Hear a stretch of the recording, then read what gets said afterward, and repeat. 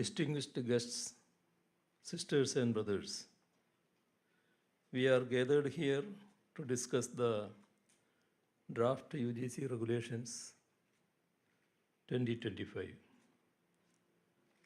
As you all know, these regulations infringe upon the powers of the states in legislating higher education and thus undermines the federal foundations of our country.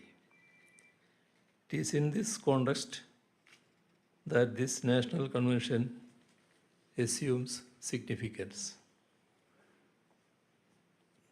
I am glad that we have representatives from various states here with us to join hands in this effort of protecting the basic tenets of our Constitution. Let me place on record our appreciation to the ministers from Tamil Nadu, Karnataka, Telangana, and the officials from Jharkhand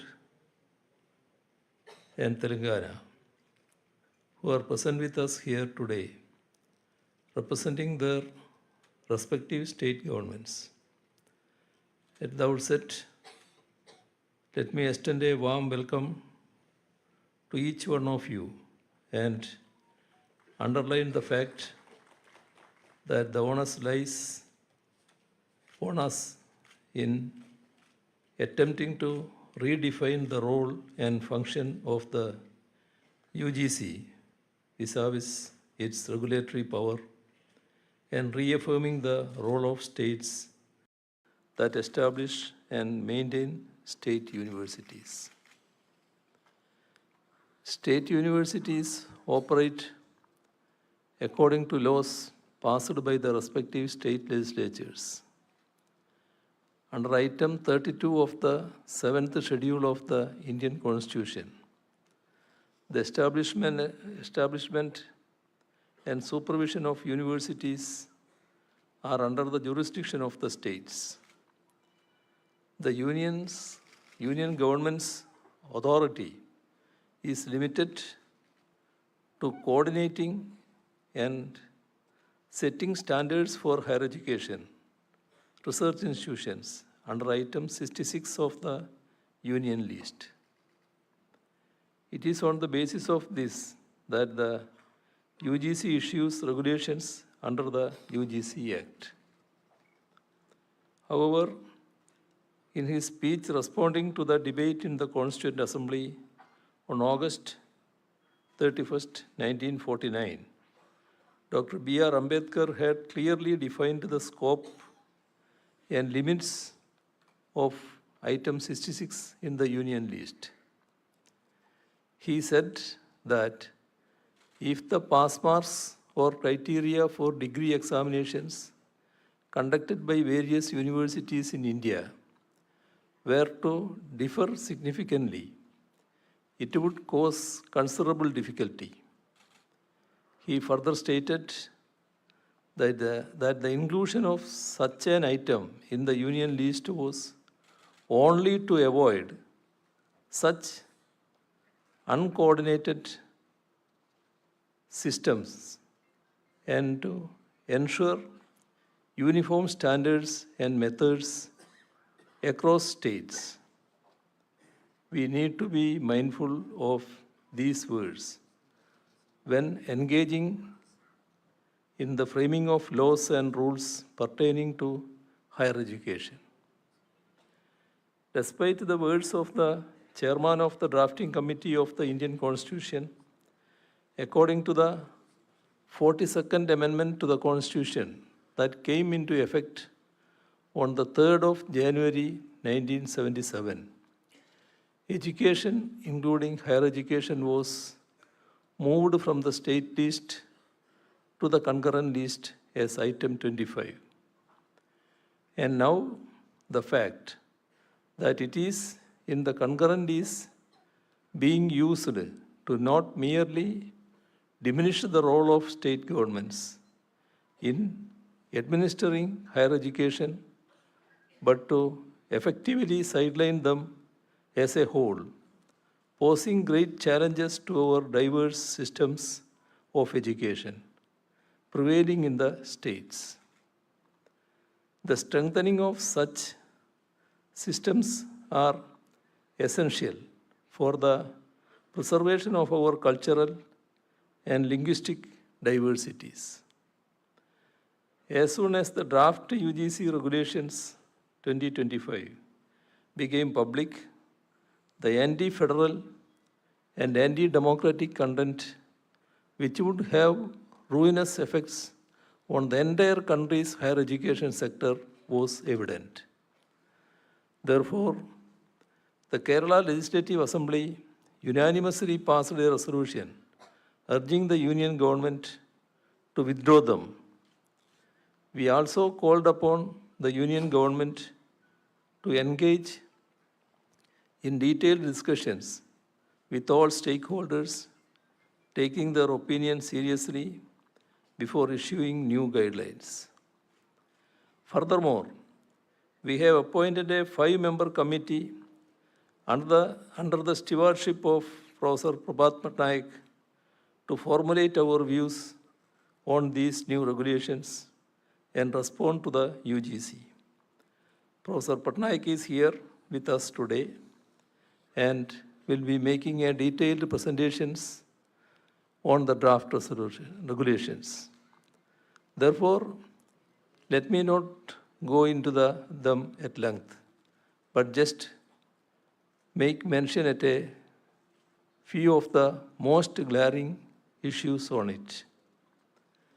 The primary issue with the draft regulation is that they do not envisage any role for the state governments in the appointment of the vice chancellors of the public universities established under the state acts and thus impinge on the legitimate rights of the states in a federal setup. In the selection process of vice chancellors, all powers are sought to be vested in the chancellor by taking away the function of constituting the search cum selection committee from the higher education departments. If the chancellor can appoint anyone from a panel, undoubtedly the appointment will be at the behest of the political powers that have appointed the governor. As in almost all state universities, governors are chancellors. In that sense, the draft regulations are against the basic federal principles enshrined in the Constitution. It is important to share an experience we have had in Kerala with regard to the position of both governor and chancellor being by the same person. Following political interventions by the gubernatorial office in the administration of state universities as their chancellor, the Kerala Legislative Assembly passed bills that sought to prevent such excesses. However, several bills were set upon, questioning the autonomy of the legislature. This prompted us to go to the Honorable Supreme Court. When the court took exception to such extra-constitutional methods, assent was immediately given to some of them, and the rest were sent to the President. This made it clear that the gubernatorial office was being used for political motives, especially with regard to running state universities. Another issue is that the draft regulations also pose a threat to the country's higher education sector as a whole. How? By proposing to make non-academics eligible for appointment as VCs, doing away with the academic performance indicator system of evaluation, altering the provisions for appointment and making promotions arbitrary rather than time-bound and straightforward.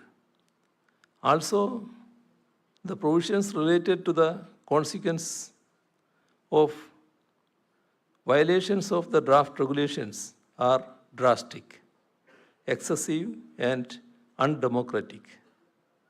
They require serious reconsideration. According to the draft regulations, non-academics who have served for at least 10 years at a senior level in industry, public administration, public policy, and or public sector undertakings with a proven track record of significant academic or scholarly contributions can be appointed as VCs. There is every possibility of the present political dispensation at the center using this provision as a camouflage behind which people of academic excellence will be substituted by people of political choice, as has happened in many of our iconic institutions, ranging from the Pune Film Institute to the ICHR. Such politically motivated interventions can seriously impinge upon the standards of higher education in the country. The draft regulations removes the API system of evaluation. In place, it introduces a new system which allows for a higher level of discretion. Along with that, the provisions for the appointment of assistant professors, especially about non-requirement of basic degree in the core subject concerned, will prove detrimental to the country's higher education sector. Previously, promotion was a time-bound, straightforward process. But under the draft regulations, teachers must meet new arbitrary criteria for promotion, including external fundraising and community service, which were not previously mandatory. The removal of the requirement for publications in care-listed journals for promotions actually introduces more arbitrariness. It needs to be noted that the introduction of the draft UGC regulations is not an isolated incident in terms of the union infringing upon the state's rights. Over the years, we have seen the union government repeatedly enacting laws that encroach upon the state's powers and duties in several sectors, even on law and order, which is absolutely in the state's reach in the Constitution. Laws have been made by the union in agriculture, education, power, cooperation, and so on, crippling the state's rights. Even a ministry for cooperation has been formed at the center. Multinational agreements are being entered into on issues that affect the states without seeking the state's opinion, let alone getting their consent. The body blow to India's federal structure is coming from the union eating into the state's financial resources. It is now evident that the same people who preach cooperative federalism have tried to undercut the resources to be allocated to the states by the Finance Commission. On top of that, we are seeing the unions' allocation for their own schemes coming down year after year, while the states are being forced to chip in more and more. According to RBI reports, the states are having to cover a substantial 65% of the country's total expenses, with the union's contribution being only 35%. But when it comes to revenue sharing, it goes in the reverse direction. And the revenue through which the union is meddling into states' affairs is through the governors appointed by them.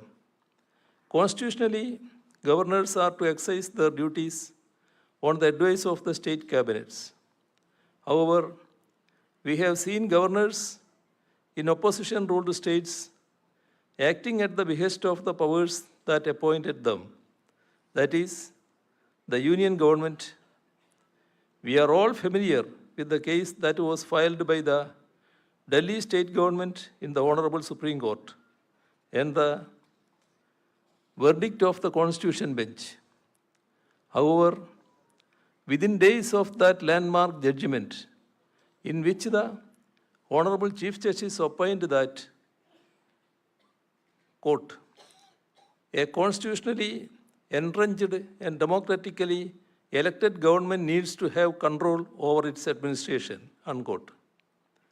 The union government introduced an ordinance and subsequently replaced it with a bill in the parliament. It proves to us that the union government will go forward with their authoritarian tendencies to any extent to usurp the rights of the states. We have seen gubernatorial excesses in Punjab, West Bengal, Odisha, Telangana, Tamil Nadu, and so on. In many states, including ours, we have seen governors trying to overreach their constitutional mandate by meddling with the autonomy of the legislature. I have already referred to how assent to bills passed by Legislative Assembly have been indefinitely delayed.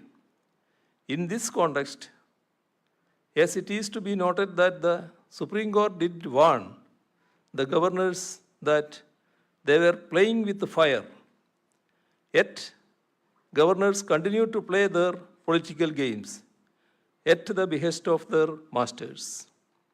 Multiple state governments have had to approach the judiciary against such undemocratic high-handedness. I had mentioned about our experiences with the offices of the governor and chancellor being held by the same person. In all opposition-ruled states, there have been instances to chancellors acting at the behest of their political masters in matters related to universities. Interests and statutes of the states have been sidelined in this regard. Rather than consulting the state governments, even on matters related to state-funded universities, governors have made political interference as chancellors. Such interferences will only be strengthened by the current draft regulations. There is also a large constitutional question at play with regard to the draft regulations. Can delegated legislation, that is, rules, regulations, notifications, etc., framed by the union government and its agencies under a union law, overrule the provisions of a plenary state law? It underlines a critical constitutional issue regarding the scope of delegated legislation and their potential for eroding the separation of powers and federalism, both of which are considered as basic features of the Indian Constitution. This question of law has its bearing on center-state relations as a whole, issues pertaining to which I had briefly mentioned earlier. State governments fund nearly 80% of the expenses for running universities and other higher education. State governments play a crucial role in maintaining and enhancing the quality of universities. Last year, the government of Kerala spent rupees 1,824 crore for our universities under higher education department alone. There are other universities and institutions too. Altogether, we have spent more than rupees 3,000 crore rupees for higher education through various avenues. In the budget for the next financial year, we have committed to spend more than rupees 5,200 crore on higher education. Yet the approach of the Union government and UGC is to exclude state governments from their administration, which is amply clear in the draft regulations. It cannot be the case that states will not have any real control over the universities established by laws enacted by state assemblies and run using states' financial and ministerial resources. The fact that according to the draft regulations, significant appointments like that of vice chancellors can be made without any consultation with the state governments must be corrected. The approach of appointing vice chancellors from outside academia, even from the private sector, needs to be seen as an attempt to commercialize higher education. It is highly objectionable in that larger canvas. The regulations can only be viewed as part of an effort to undermine democratic values in higher education and to place this sector under the control of those promoting religious and communal ideologies. This cannot be allowed to pass. At a time when nations across the world are spending more and more on information and innovation so as to generate new knowledge, the Union government is spending money on establishing myths as facts and beliefs as science. We even have those at the helm of research institutions peddling falsehoods and superstitions as facts and as scientific truths. Yet the draft regulations do not seem to worry about these dangerous trends that are creeping into our higher education sector, which will undoubtedly send us backwards. Let us not go backwards. Let us move forward. Let us move forward by protecting the rights of states and preserving our systems, cultures, and languages. I hope that this national conclave will be a stepping stone in that regard and in making our country's higher education sector progressive and inclusive. With these words, I declare this National Convention on Draft UGC Regulation 2025 inaugurated. Thank you.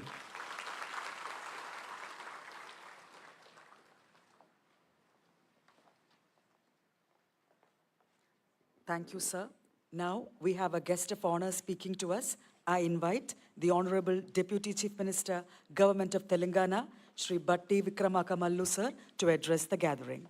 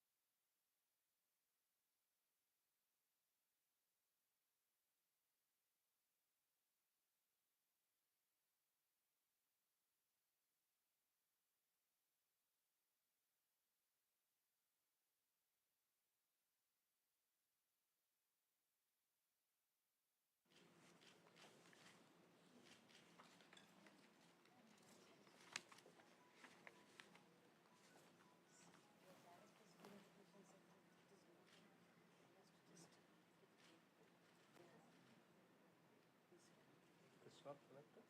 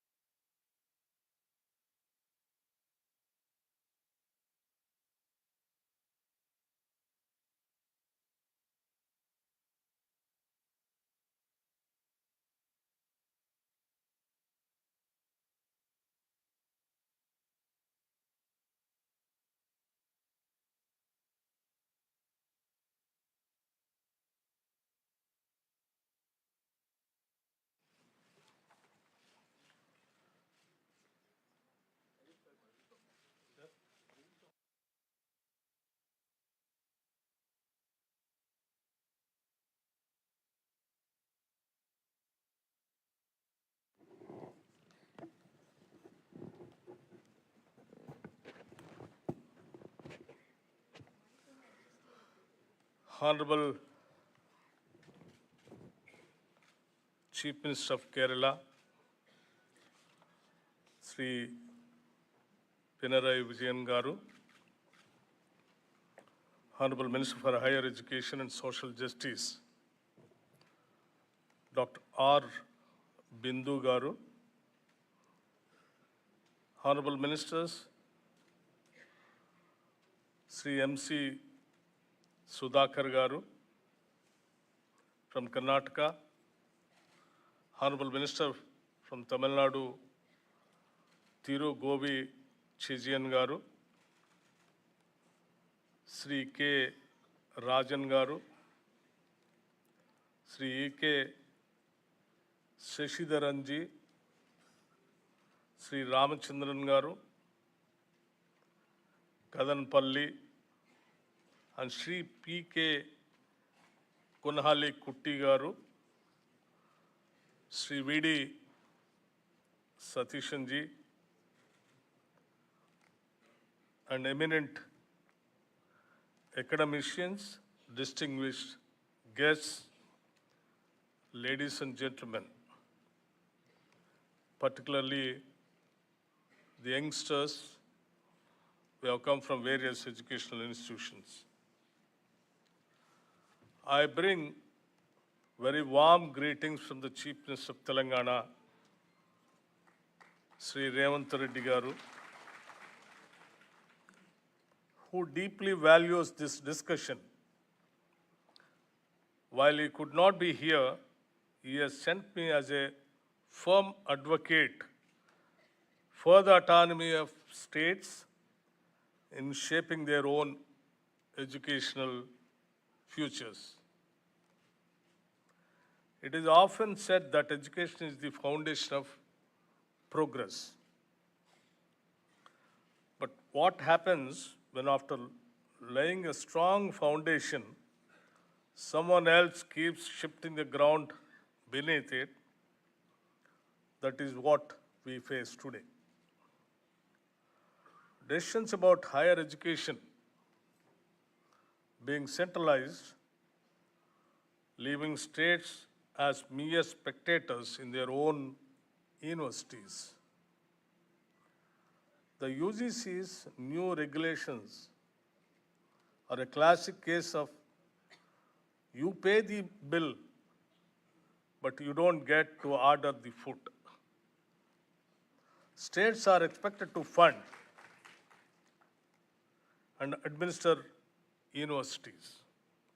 Yet, our role in crucial decisions, from Vice Chancellor appointments to admissions, is being erased. If this continues, soon we may only have the privilege of inaugurating buildings and cutting ribbons, nothing else.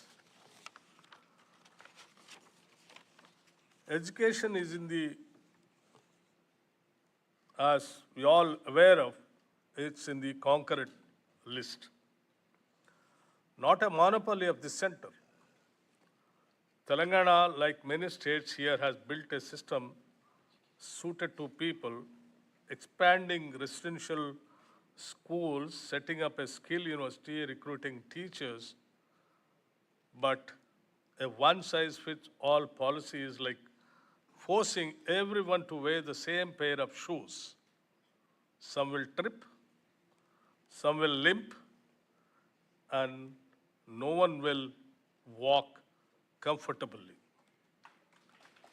This is not just about Telangana. Every state here understands that without autonomy, we cannot ensure quality education. So let's not just discuss. Let's assert. Because history shows that when states unite with a common cause, the center must listen. With that, allow me to take you through Telangana's approach, what we have built, what we stand to lose, and why a stronger federal structure in education is the only way forward. I request the organizers to permit me to give a small presentation so that we all can understand what exactly is taking place in this, trying to take place through UGC, the regulations 2025.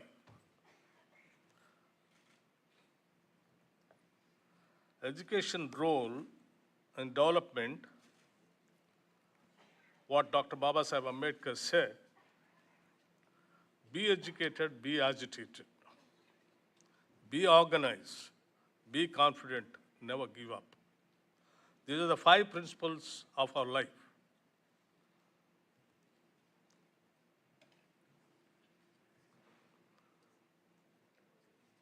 The cornerstone for development, we have prioritized education in Telangana, access, quality, inclusivity, by building Young India integrated residential schools all over the state with world-class facilities and international standards. Under the leadership of our Chief Minister C.A. Reddy Garu, Telangana has initiated progressive education policies, establishing Young India Schools, University, recruitment of teachers in schools, colleges, universities on priority basis, skill development activities and technical courses, digital Telangana education, strengthening higher education infrastructure development. Some results, if you see, it has witnessed a significant rise in enrollment rates across primary, secondary, and higher education levels. The state literacy rate has shown a steady upward trend with marked progress in rural and tribal areas. Concerted efforts to promote girls' education have led to improved gender parity in schools and colleges. Students from welfare residential schools have consistently excelled in good board exams and competitive entrance tests, highlighting the effectiveness of these institutions. GER has increased to 40% due to consistent efforts of Telangana government in the field of education, surpassing the national average of 28.4%. Telangana has witnessed a significant role in enrollment rates across primary, secondary, and higher education levels. The state literacy rate has shown a steady upward trend with marked progress in rural and tribal areas. Concerned efforts to promote girls' education have led to improved gender parity in schools. Like to show the federalism in India. The term union in Article 1 of the Constitution of India signifies that India, that is Bharat, shall be a union of states. Dr. Ambedkar has said that our constitution would be both unitary as well as federal according to the requirements of time and circumstances. He has also said the hallmark of federalism is the allocation of these powers between the center and the constituent units of the Constitution. Our Constitution embodies this principle unmistakably. And cooperative federalism, more efforts on working together, horizontal devolution. The Poonchi Commission on Center-State Relations has recommended the Union should legislate on only those subjects in concurrent lists which are absolutely necessary to achieve uniformity of policy in national interest. The Center should respect the autonomy of states in areas like education and health. The principle of subsidiary from the Catholic Church, landmark judgments, also I would like to mention here, like, the state of Rajasthan versus Union of India. India is a federal state. Keshwananda Bharati versus state of Kerala. Federalism is a basic feature of the Constitution. So the autonomy of states are time and again reminded everywhere and every time. Federalism in India should allow for the accommodation of diversity by giving autonomy to states to govern their own affairs, preserve their culture and ethos, address their unique needs and concerns. And here the cause for concern, encroachment of Government of India, like, by bringing out a draft UGC minimum qualification for appointment and promotions of the teachers and academic staff in universities and colleges, and measures for the maintenance of standards in higher education regulation 2025. These regulations, like, what all that our education minister and our chief minister has mentioned, Kerala, Honorable Chief Minister has mentioned till now, these are the issues which are all very, very, very concerned. Like UGC public notices regarding grading of higher education institutions based on implementation of national education policy. These are the areas where, we are all seriously worried.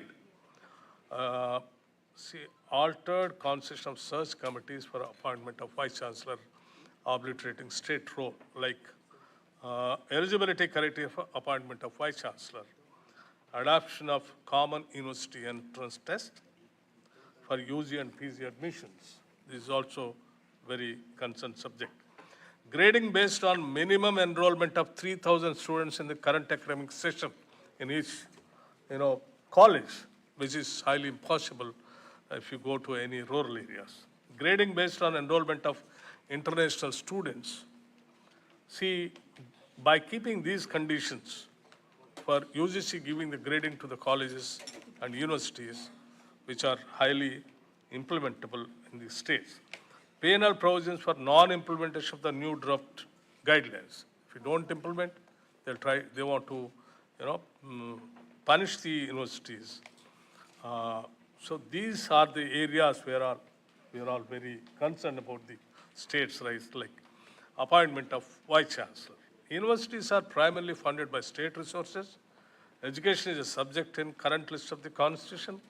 Earlier in the 2018 regulations, members were nominee of UGC, nominee by EC of the university, one state government representative.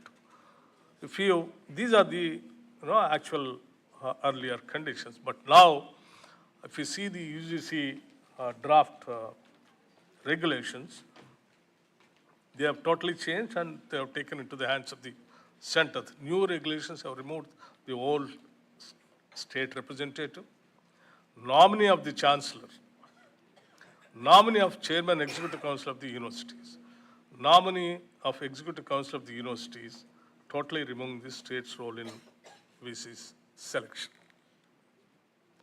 When there is no role for the entire state, when you are appointing vice chancellor by giving all the powers to the chancellor and executive council, and these things are totally making the states as totally handicapped, where you don't have any role.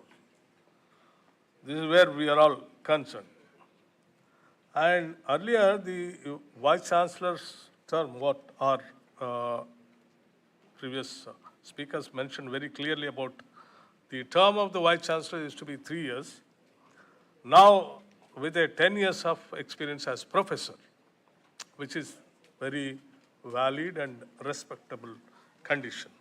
But now the guidelines, if you see, the term of vice chancellor has been enhanced to 5 years. Eligibility criteria has been expanded to 10 years. Experience in academic institutions, industry, public administration, PSCs. That means to whomever you want, you can appoint, even without having any, professorship, academic seniority also. To whomever I like from any industry, to whomever I like from any organization, I can get him on the name of these institutions, industry, public administration, and appoint him as the vice chancellor of the university. And the whole university runs as per the whims and fancies of that vice chancellor. So that's where we are totally losing the values of the respective states and culture also. So undermining this kind of appointment is totally, we feel from Telangana, it is totally undermining the federal principles of the Constitution, divesting the states of its autonomy, subverting the role of the state in a subject on the concurrent list of the Constitution. And see, the common entrance test is a minimum requirement for most public and private job opportunities. See, most of the jobs in this country, it requires minimum of undergraduation course. So now the current condition, the rules, what UGC is trying to impose is conduct a entrance test. See, for undergraduation also. So whereas, state like Telangana, we are already having a kind of a system like DOST, which is Degree Online Services Telangana. In Telangana, state ensures merit-based and social justice compliant admissions. In the sense, whoever completes their intermediate education, basing on their merit marks, their priority is approach and accessibility is given to all the degree colleges. So it is totally on the merit only. But whereas here it is asking again to go for a common entrance test. You can't expect the rural background students to go for a coaching for a common degree course to get into any undergraduate course. This is, putting a lot of pressure on the students by spending a lot of money. Unaffordable families will have a serious trouble. This is not at all, advisable. This is what Telangana is feeling. Grading based on minimum enrollment, there are about 4.21 lakh vacant seats in engineering college alone representing 33% of sanctioned seats in the country. So as it is, college like technical education like engineering college, where all the government of India has sanctioned the seats, in those seats itself, nearly about 4.21 lakh vacant seats are lying. So when the seats are lying vacant in engineering colleges, what is the need for you to put pressure on common entrance test for undergraduate courses where the seats are so many available? The average number of students per higher education institute in India, as per data from Brookings report, is around 690 students only, as compared to China. That's a different case, but it's not other countries and the India. So when you have an average students of higher education institute 690, suddenly if you insist to have minimum of 3,000 students is meaningless. Your average is 690 and you want to impose to have a minimum of 3,000 students in an institution, which is humanly impossible. For example, if you go to rural areas, the underprivileged students will be there. In those areas also, you will be forced to open a degree college. It is possible, if at all, if you want to have only an institution which is compulsory to have 3,000 students, it is possible, might be, highly urbanized cities like, Delhi, Bombay, something like that. But how about other areas where you don't have a good number of students, like 3,000 students in one institution? You don't want to give the grading. In the process, you lose the, proper value for the college itself. So the students who are studying in rural areas will lose their grading for their institution, which is also highly objectionable. This is what we feel. Majority of higher education institutions be deprived of good ranking and funding. Institutions serving backward areas, underprivileged sections of society will be deprived of ranking and hence funding also. This source, the UGC doesn't want to fund the underprivileged areas and backward areas and rural areas, which is not correct. India lives in the villages and rural areas. This one has to understand. This provision also favors large corporate and private institutions only.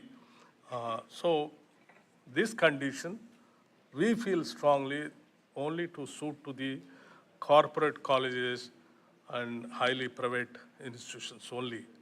It is in a way discouraging the government colleges and all that.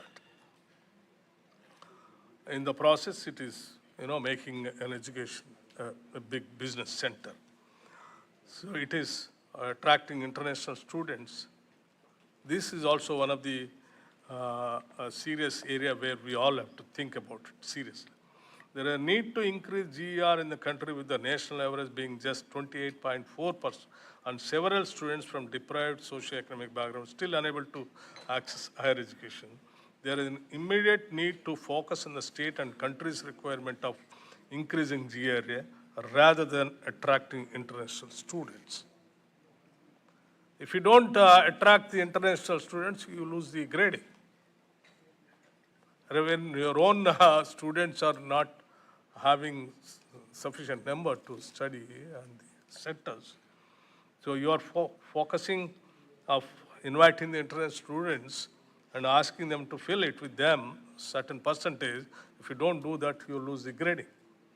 Colleges established with the social and welfare objective of catering to rural and tribal areas, of providing equity and access to education with limited resources, cannot focus on attracting international students. So by keeping this condition, you are forcing the governments of various respective states to cut short your colleges, which is based on social and welfare objectives, which is not correct. The provision only unfairly favors the large corporate and private institutions. And one more condition they are trying to keep is biannual examinations. Conduct biannual examinations calls for expansion of infrastructure, recruitment of additional faculty. For implementation of biannual examination, state requires allocation of considerable financial resources. The UGC should engage in a dialogue with the state to formulate guidelines, share resources, both financial and infrastructural, for a mutually acceptable line of action that benefits students at large. While putting these conditions, the UGC, like biannual exams, what is the need now? The final exams are fine. And again, you are asking to conduct the biannual exams, and you are putting the pressure on the state governments to spend a lot of money, while conducting the exams and all that. So while keeping these conditions, we strongly ask the UGC to have a proper dialogue with these states while keeping these conditions. Penal provisions. If any HCA violates the provisions of these regulations, debarred from participating in UGC schemes. What are the conditions that they have mentioned? If you don't follow them, they debarred participating in UGC schemes, debarred from offering degree programs, debarred from offering ODL and online mode programs, removed from the list of higher educations maintained under Section 2F and 12B of UGC Act 1956. HCA shall be subject to one or more of the above actions. UGC may take additional punitive actions as per the decision of the Commission on a case-to-case basis.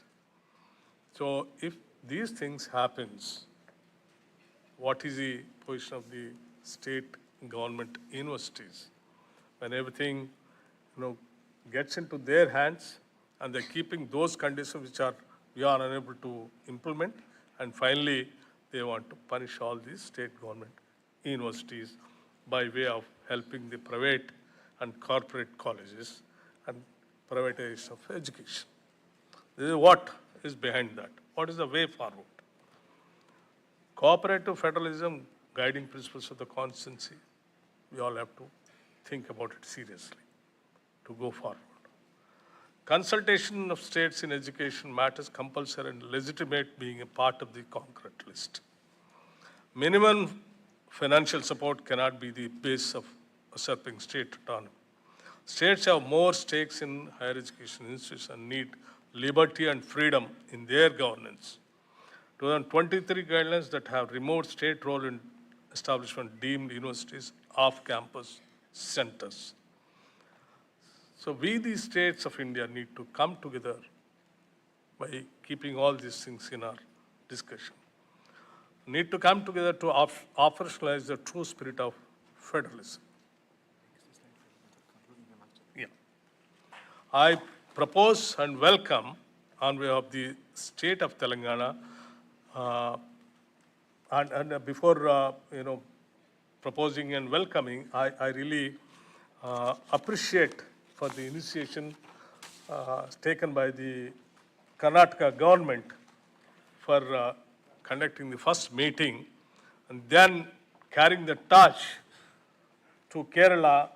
And I once again appreciate the Kerala government under the leadership of General Vijayanji of conducting this kind of conclave for fighting for the spirit of federalism.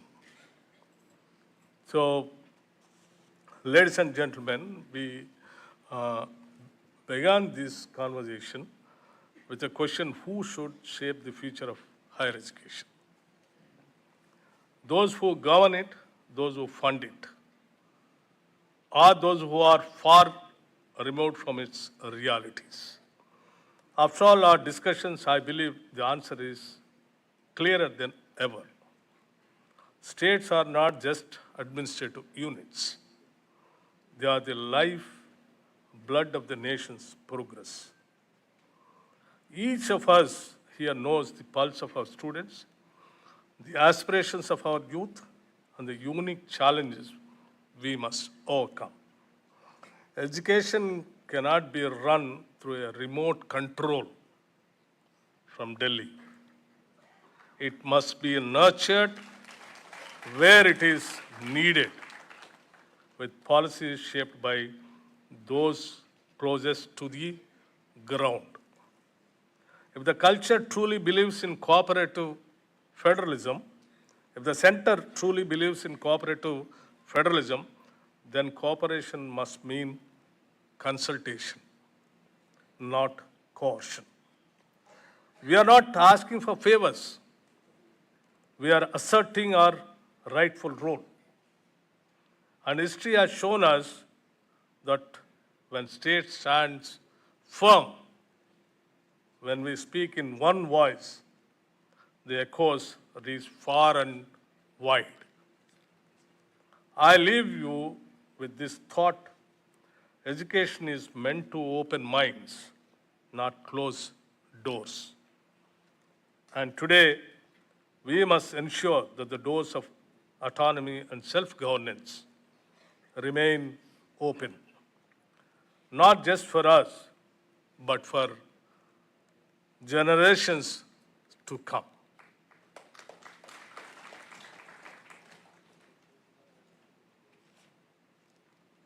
With this, we, the states of India, need to come together to operationalize the true spirit of federalism. I propose the next meeting. We should not stop here. And in fact, while coming here, my Chief Minister made it very clearly and told me to request the participants who are all here to make a request from his side on behalf of the state of Telangana. Let's have a next conclave in Hyderabad. You extend a welcome from his side. This is what I'm trying to communicate it, and I'm requesting all the ministers and the chief minister to make sure that you find some time, take out some time to come to Hyderabad and address such a serious issue. And also we are trying to involve not only the ministers and the chief ministers. Once the deliberations are over, so what next?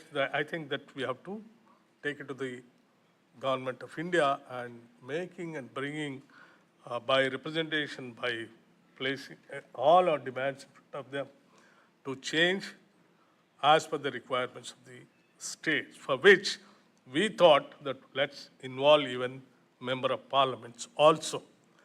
So in the next meeting, we wanted to make it very clear, along with the ministers concerned, we would like to extend all our invitation to the respective member of parliaments also to the conclave, so that as and when they are there in the parliament, they can raise or represent our voice there in the parliament and represent the government. So in our next meeting in Telangana, along with all the ministers and chief ministers, the MPs also will be participating. So I propose and welcome on the state of Telangana to host the next meeting in Hyderabad to formulate the action plan on behalf of these states. And by concluding, I would like to tell you one word, simple word, to make every democratic lovers to understand the hallmark of Indian democracy is diversity.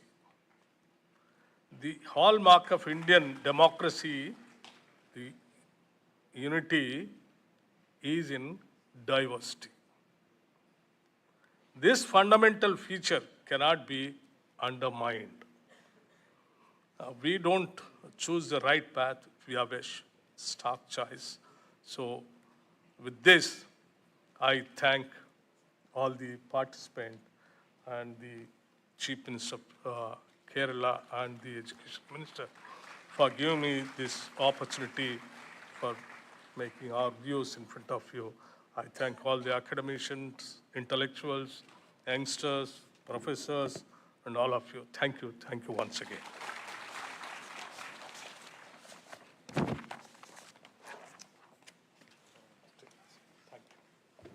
Thank you, sir, for your presentation. The Honorable Minister for Finance, Government of Kerala, Shri K.N. Balagopal sir, has graced us with our presence, and we welcome you, sir, to this convention. There is a slight change in the schedule, as the Honorable Leader of Opposition, Sri V.D. Satishan, has to attend a subject committee meeting along with the Honorable Chief Minister. We now have the keynote address. I invite you, sir, Sri V.D. Satishan, Honorable Leader of Opposition, Kerala Legislative Assembly.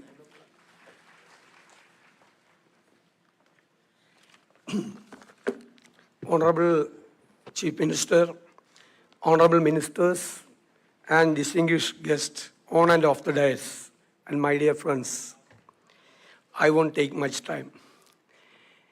First of all, I am congratulating the state government for making such a platform in the national level, expressing our concerns regarding the draft UGC regulations. When it came out first, I wrote a letter to the Honorable Chief Minister demanding a resolution. Our Legislative Assembly adopted a resolution unanimously expressing our concerns over the draft regulation of UGC 2025. Our higher education plays a pivotal role in personal, professional, and societal development. Higher education should be free, decentralized, and democratic to the core. The governments have to support only the universities and the institutions of higher learning. Let the academic community run the institutions. Now we are witnessing a knowledge explosion. While we are sitting here, by spending millions of dollars on various subjects, researches are going on across the world in different universities and institutions. Every minute, new informations, new inventions, new findings, new knowledge are coming up. While a student is studying in engineering college, when he comes out, that knowledge is become outdated. So the challenge before the higher education is to update the knowledge. Update the knowledge. Everything has changed. The entire world order has been changing. The artificial intelligence, the internet things, blockchain, cloud financing, cloud marketing, and various things are happening. The technological revolution, techno-feudalism happening across the world. So we need to have our concentration on the higher education. The UGC can issue guidelines not to turn the systems upside down. They can issue the guidelines within the framework of the Constitution. Constitution is very ultimate. Now I am of the opinion that the higher education system is at crossroads. So one of the most contentious aspects of the draft regulation is the revised process for appointing vice chancellors. The new guidelines propose a selection committee comprising members nominated by the chancellor, the UGC chairman, and the university's executive council or senate. This gives the union government an upper hand. As per the constitution, the matter of education is in the concurrent list. However, the draft UGC regulations take out the state government from the stakeholder in the subject matter of education. This also diminishes the role of state governments in the appointment process, effectively centralizing power and undermining the federal structure of governance in higher education. As of January 29, 2024, the total number of universities in India is 1,113. These include different kinds of universities like central, state, deemed, and private universities. There are only 56 central universities in India. Barring 19 private universities, majorities are state universities. With states controlling lion's share of universities, any step intended to keep the state out of the higher education sector will undermine the functioning of higher education system. The Indian polity has a unique form of federalism known as cooperative federalism. The founding fathers of the Constitution envisioned a harmonious coexistence of the union and state governments. The draft regulations also open the possibility for individuals from bureaucratic or industrial backgrounds to be appointed as vice chancellors, which creates serious apprehension in the higher education. This centralization will severely deter the diversity of thought and regional relevance that state universities traditionally offer. Allowing non-academics to hem universities will undermine the scholarly values, jeopardizing academic excellence and critical thinking. The provision in the draft that the non-compliance with the UGC mandates, the Deputy CM spoke about the penal provisions. UGC mandates could result in higher education institutions being barred from essential funding schemes or even derecognized is a measure to arm twist the state, which will not be allowed at any cost. Such punitive measures are unheard of and are tacit steps to inject ideologies of ruling parties. The professors of practice, which allows individuals without traditional academic qualifications to hold faculty positions, will lead to further degradation of academic performance of institutions. Proposed reforms raise concerns about reducing autonomy, politicizing academic institutions, and threatening academic independence. To ensure that reforms benefit rather than damage India's higher education system. A more inclusive and consultative strategy is required, one that aspects the federal structure and the particular educational demands of different regions. Why this draft regulation now? That is a question. The answer is, fascism acts strangely in unprecedented manners.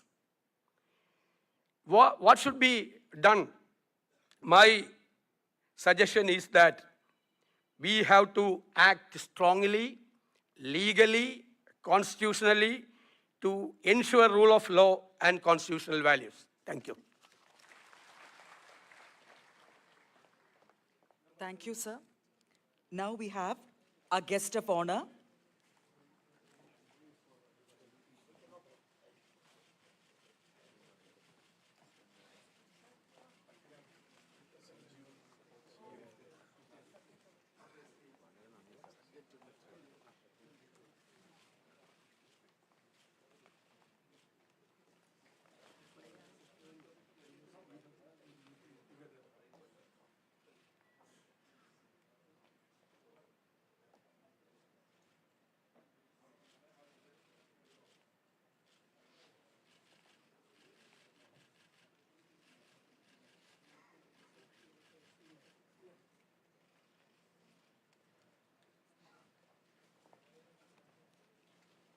We now have our guest of honor, Dr. M.C. Sudhakar, Honorable Minister for Higher Education, Government of Karnataka.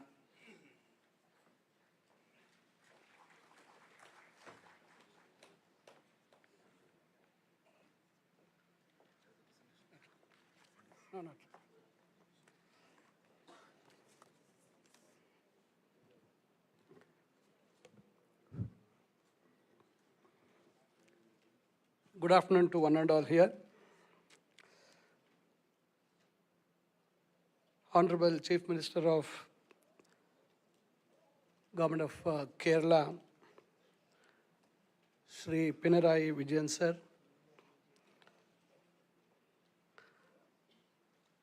Dr. R. Bindu, Honorable Minister for Higher Education and Social Justice, Government of Kerala, Shri Batti Vikramarka Mallu, Honorable Deputy Chief Minister, Government of Telangana, Dr. Govi Chezian, Honorable Minister for Higher Education, Government of Tamil Nadu, Honorable Leader of Opposition, Kerala Legislative Assembly, Sri V.D. Satishan, Professor Prabhat Patnaik, Sri Ramachandran Kadanapalli, Sri P.K. Kunalikutti, Professor Rajan Gurukal, Dr. M.P. Vijay Kumar, Professor S.R. Niranjana, Srimati Sri Devasena, Dr. Rajan Varghese, Sri Sudhir, Srimati Ishita Roy, all the academic faculty members here, all the experts in the field of education, various representatives from across the state of Kerala representing their universities, students, dear friends, and friends from the media. I think a lot of information has been discussed. The draft regulations of the UGC has really brought all of us together. Karnataka took the initiative to start with a conclave of all the higher education ministers across the country. We had a very good response from various states. Some states expressed their inability to participate because of their political affiliations, but they have gone on record. Their party spokesperson have expressed their concerns with regard to the draft regulations. Kerala and Tamil Nadu governments took an initiative to pass resolutions in their respective assemblies. And also, the Chief Minister of Telangana also has expressed his serious concerns towards the draft regulations, and our own, the Chief Minister of Karnataka, Sri Siddaramaiah sir, also has expressed his deep concerns and he's already written a letter to the Prime Minister of this country. I would like to congratulate the Chief Minister of Tamil Nadu for taking an initiative, and they have already protested in Delhi, where it has already drawn the attention of this nation. So like this, we have, from every meeting, we are taking this entire topic of the draft regulations to the next level. Now, what I see here is something different from what we conducted in Karnataka. We initially thought that it should be a conclave restricted only to the ministers of higher education. Now, the government of Kerala has taken to the next level, inviting the various stakeholders who are concerned with this. So I'd like to congratulate the Honorable CM as well as the Honorable Minister for Higher Education for taking this conclave to the next level. Sorry, I have not acknowledged the presence of the Finance Minister of the state. I think he was busy preparing. Your budget is over. Okay, we are waiting for our budget to come. So, sorry, I didn't acknowledge your presence, sir. We have our Finance Minister from Kerala here. So, I would like to congratulate the government here. As well, I think the Telangana government, the Honorable Chief Minister of Telangana has already extended his invitation through our Deputy Chief Minister of Telangana. I think we need to involve more number of people into this. The government of India thinks that it can dictate terms to the states in whatever way they want. They're trying to infringe upon the federal system of this country. So, without repeating the things which have already been discussed, from the beginning I would like to say that they tried to bring in a new education policy 2020. All the states, most of the southern states and some of the northern states also have opposed for the national education policy. They have come out with their own respective policies, and we have already introduced in Karnataka, and Kerala also has introduced their own state policy. Telangana also has done. Yeah, now various states have brought in. But I think Karnataka's earlier regime was the first state in the country to say that we are going to introduce national education policy in the year 2021. They introduced the national education policy in the higher education field. When the new dispensation in Karnataka, when our government came in, we had made it a point that we are going to have our own state education policy, and immediately once the government came in, we formulated a commission to draft a new education policy. But keeping the academic interests of the students, we abruptly never withdrew the existing national education policy which was introduced by the earlier government. We took a few months' time, and then from 2024-25, we have introduced our state education policy. We are yet to receive the final report from the commission.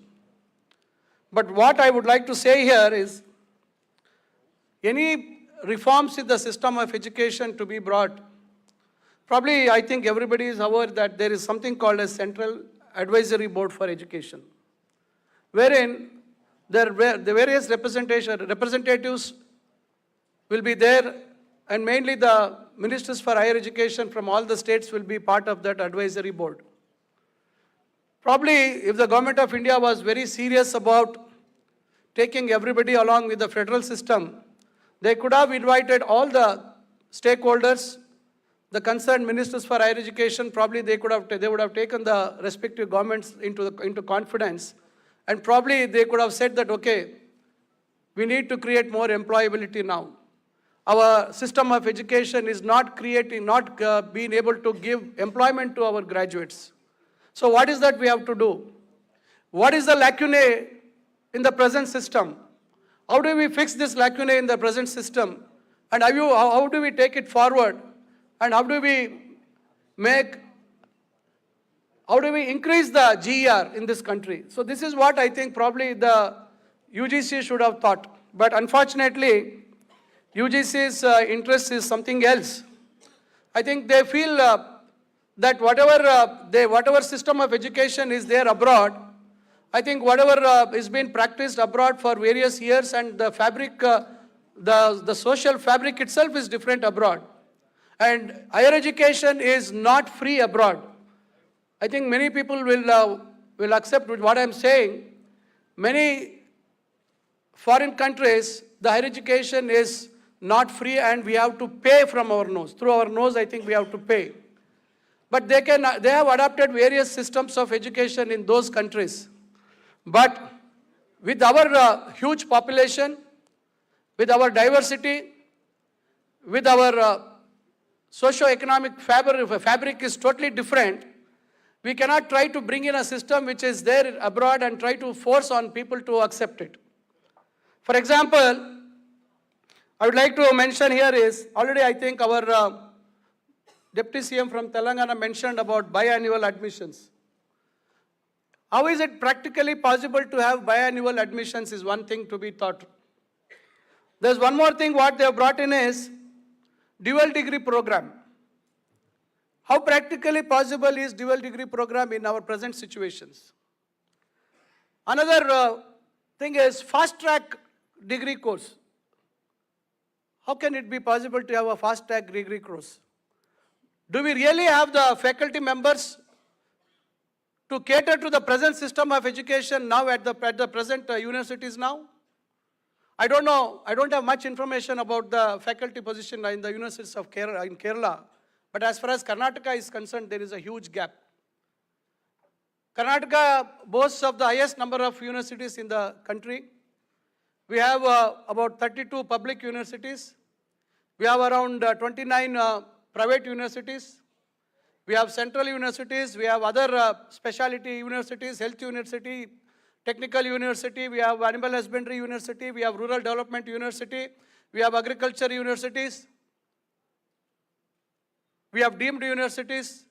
So all put together, it crosses more than 83. Such huge number of universities Karnataka has, and the public universities are the ones which are going to cater to the people who can't afford high capitation fees. I think all of you are aware, Karnataka was the first state in this country, it was in the forefront, probably more than 35, 40 years ago, or even more than that. Karnataka had that concept of having private colleges.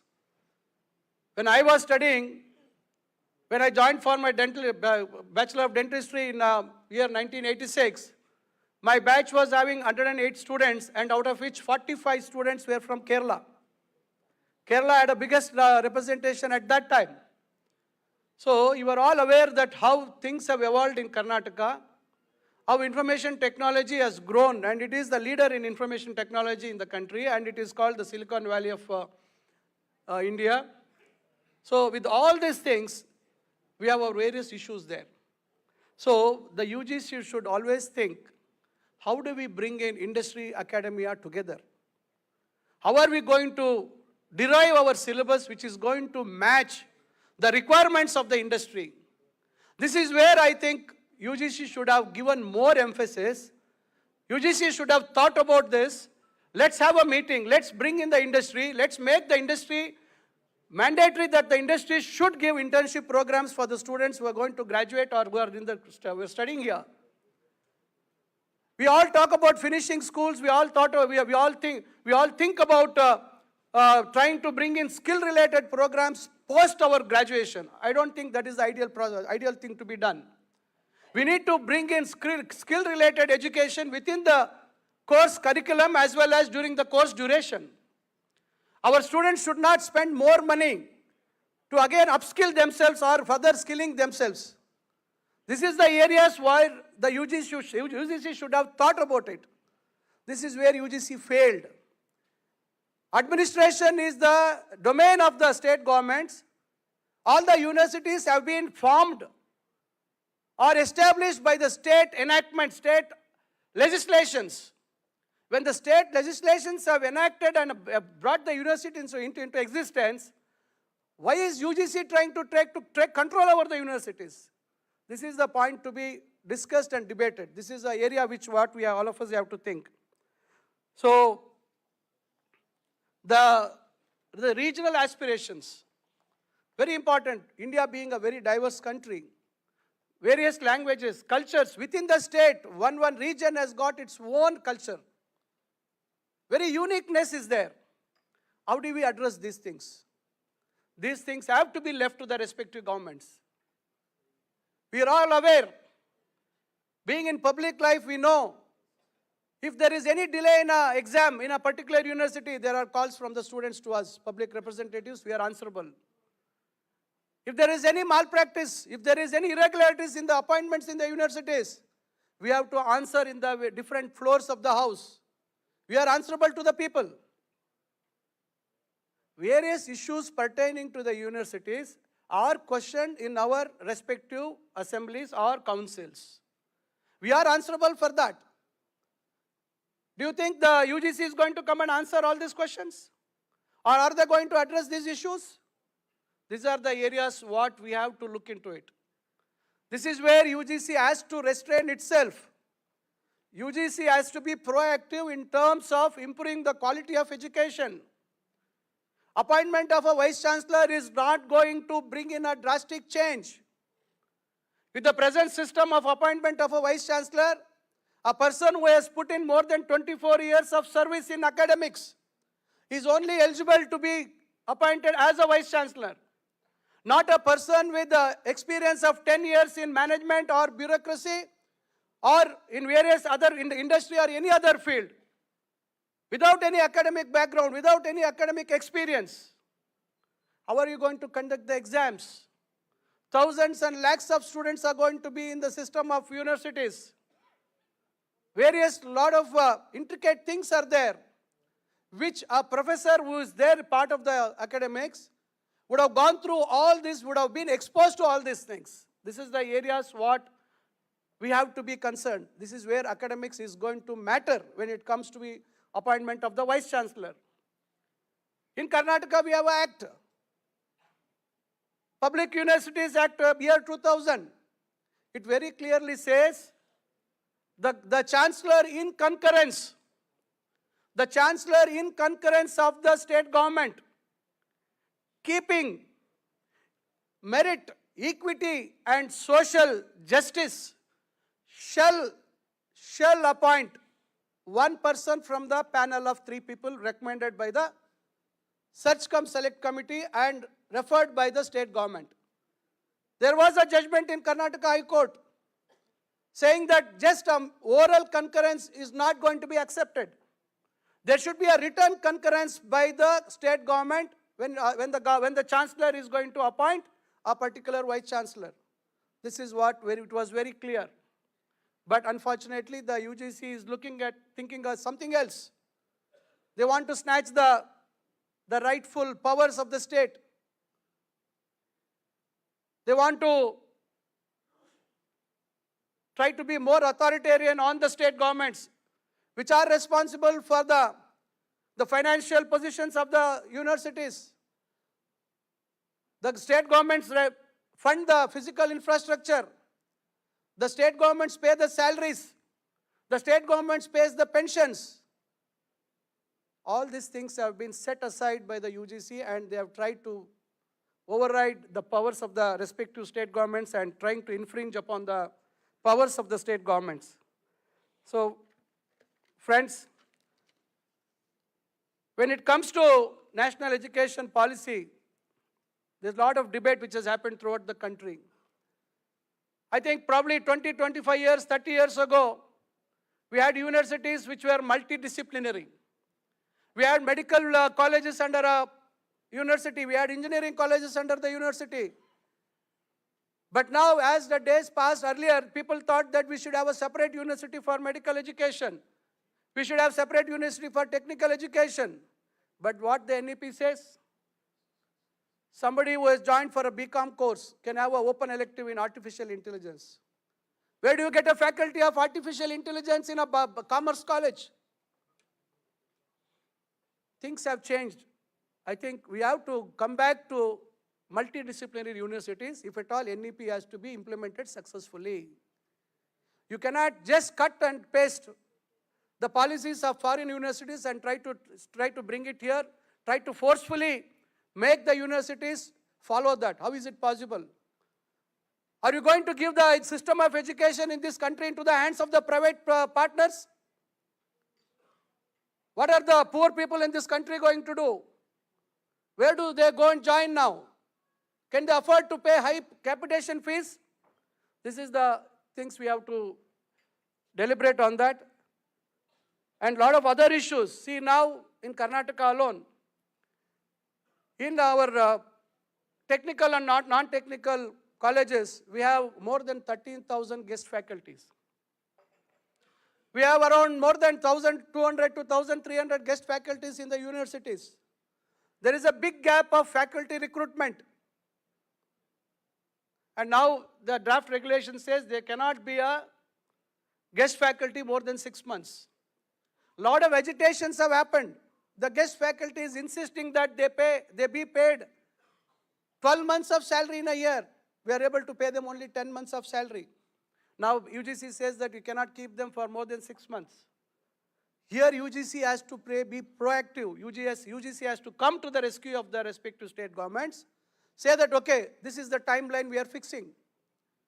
The UGC or the government of India is going to support the state governments financially and try to assist the governments to fill the vacancies in the respective universities or the colleges. Give a timeline.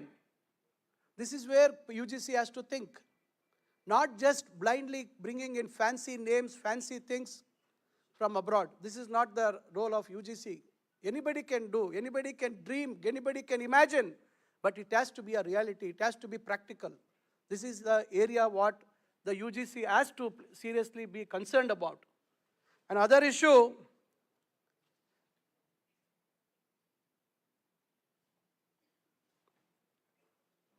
and over and above they're saying that if anybody doesn't follow this selection criteria for a vice chancellor, that selection will be null and void. We are not against the chancellor being responsible for heading the universities.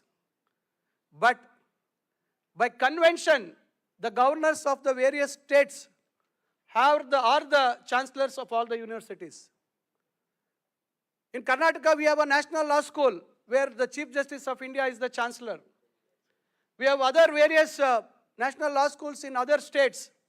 There, the Chief Justices of the respective high courts are the chancellors.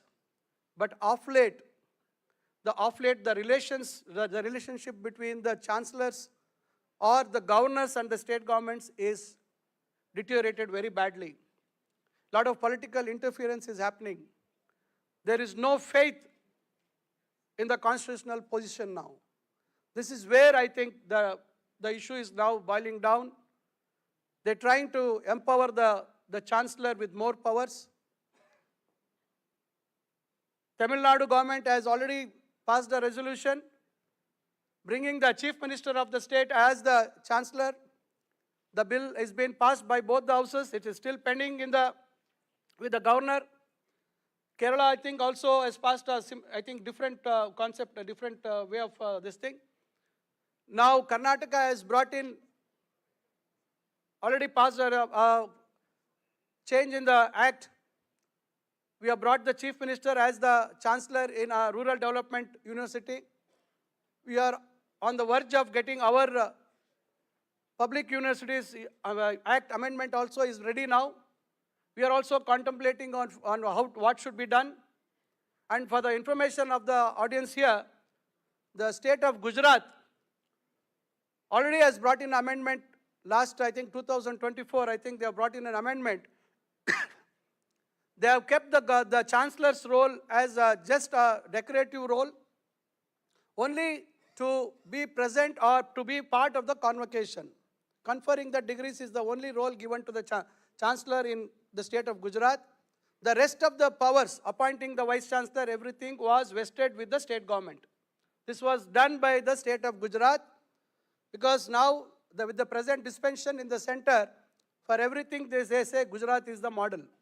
So if you go by Gujarat's model, I think they should now, UGC also probably has to look into what Gujarat has done. So this is where there's a lot of disparity.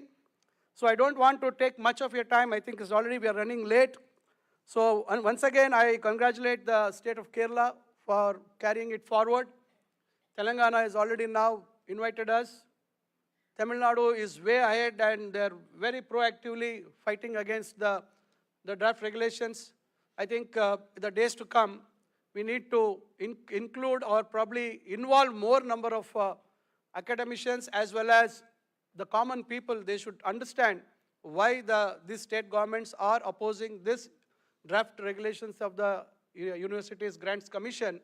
So once again, thank for the government of Kerala, the Honorable CM, Honorable Minister for Higher Education for having invited me and for giving an opportunity to express few concerns with regard to the UGC draft regulations. Thank you. Thank you, sir. We now have our guest of honor, Dr. Kovi Cherian, Honorable Minister for Higher Education, Government of Tamil Nadu.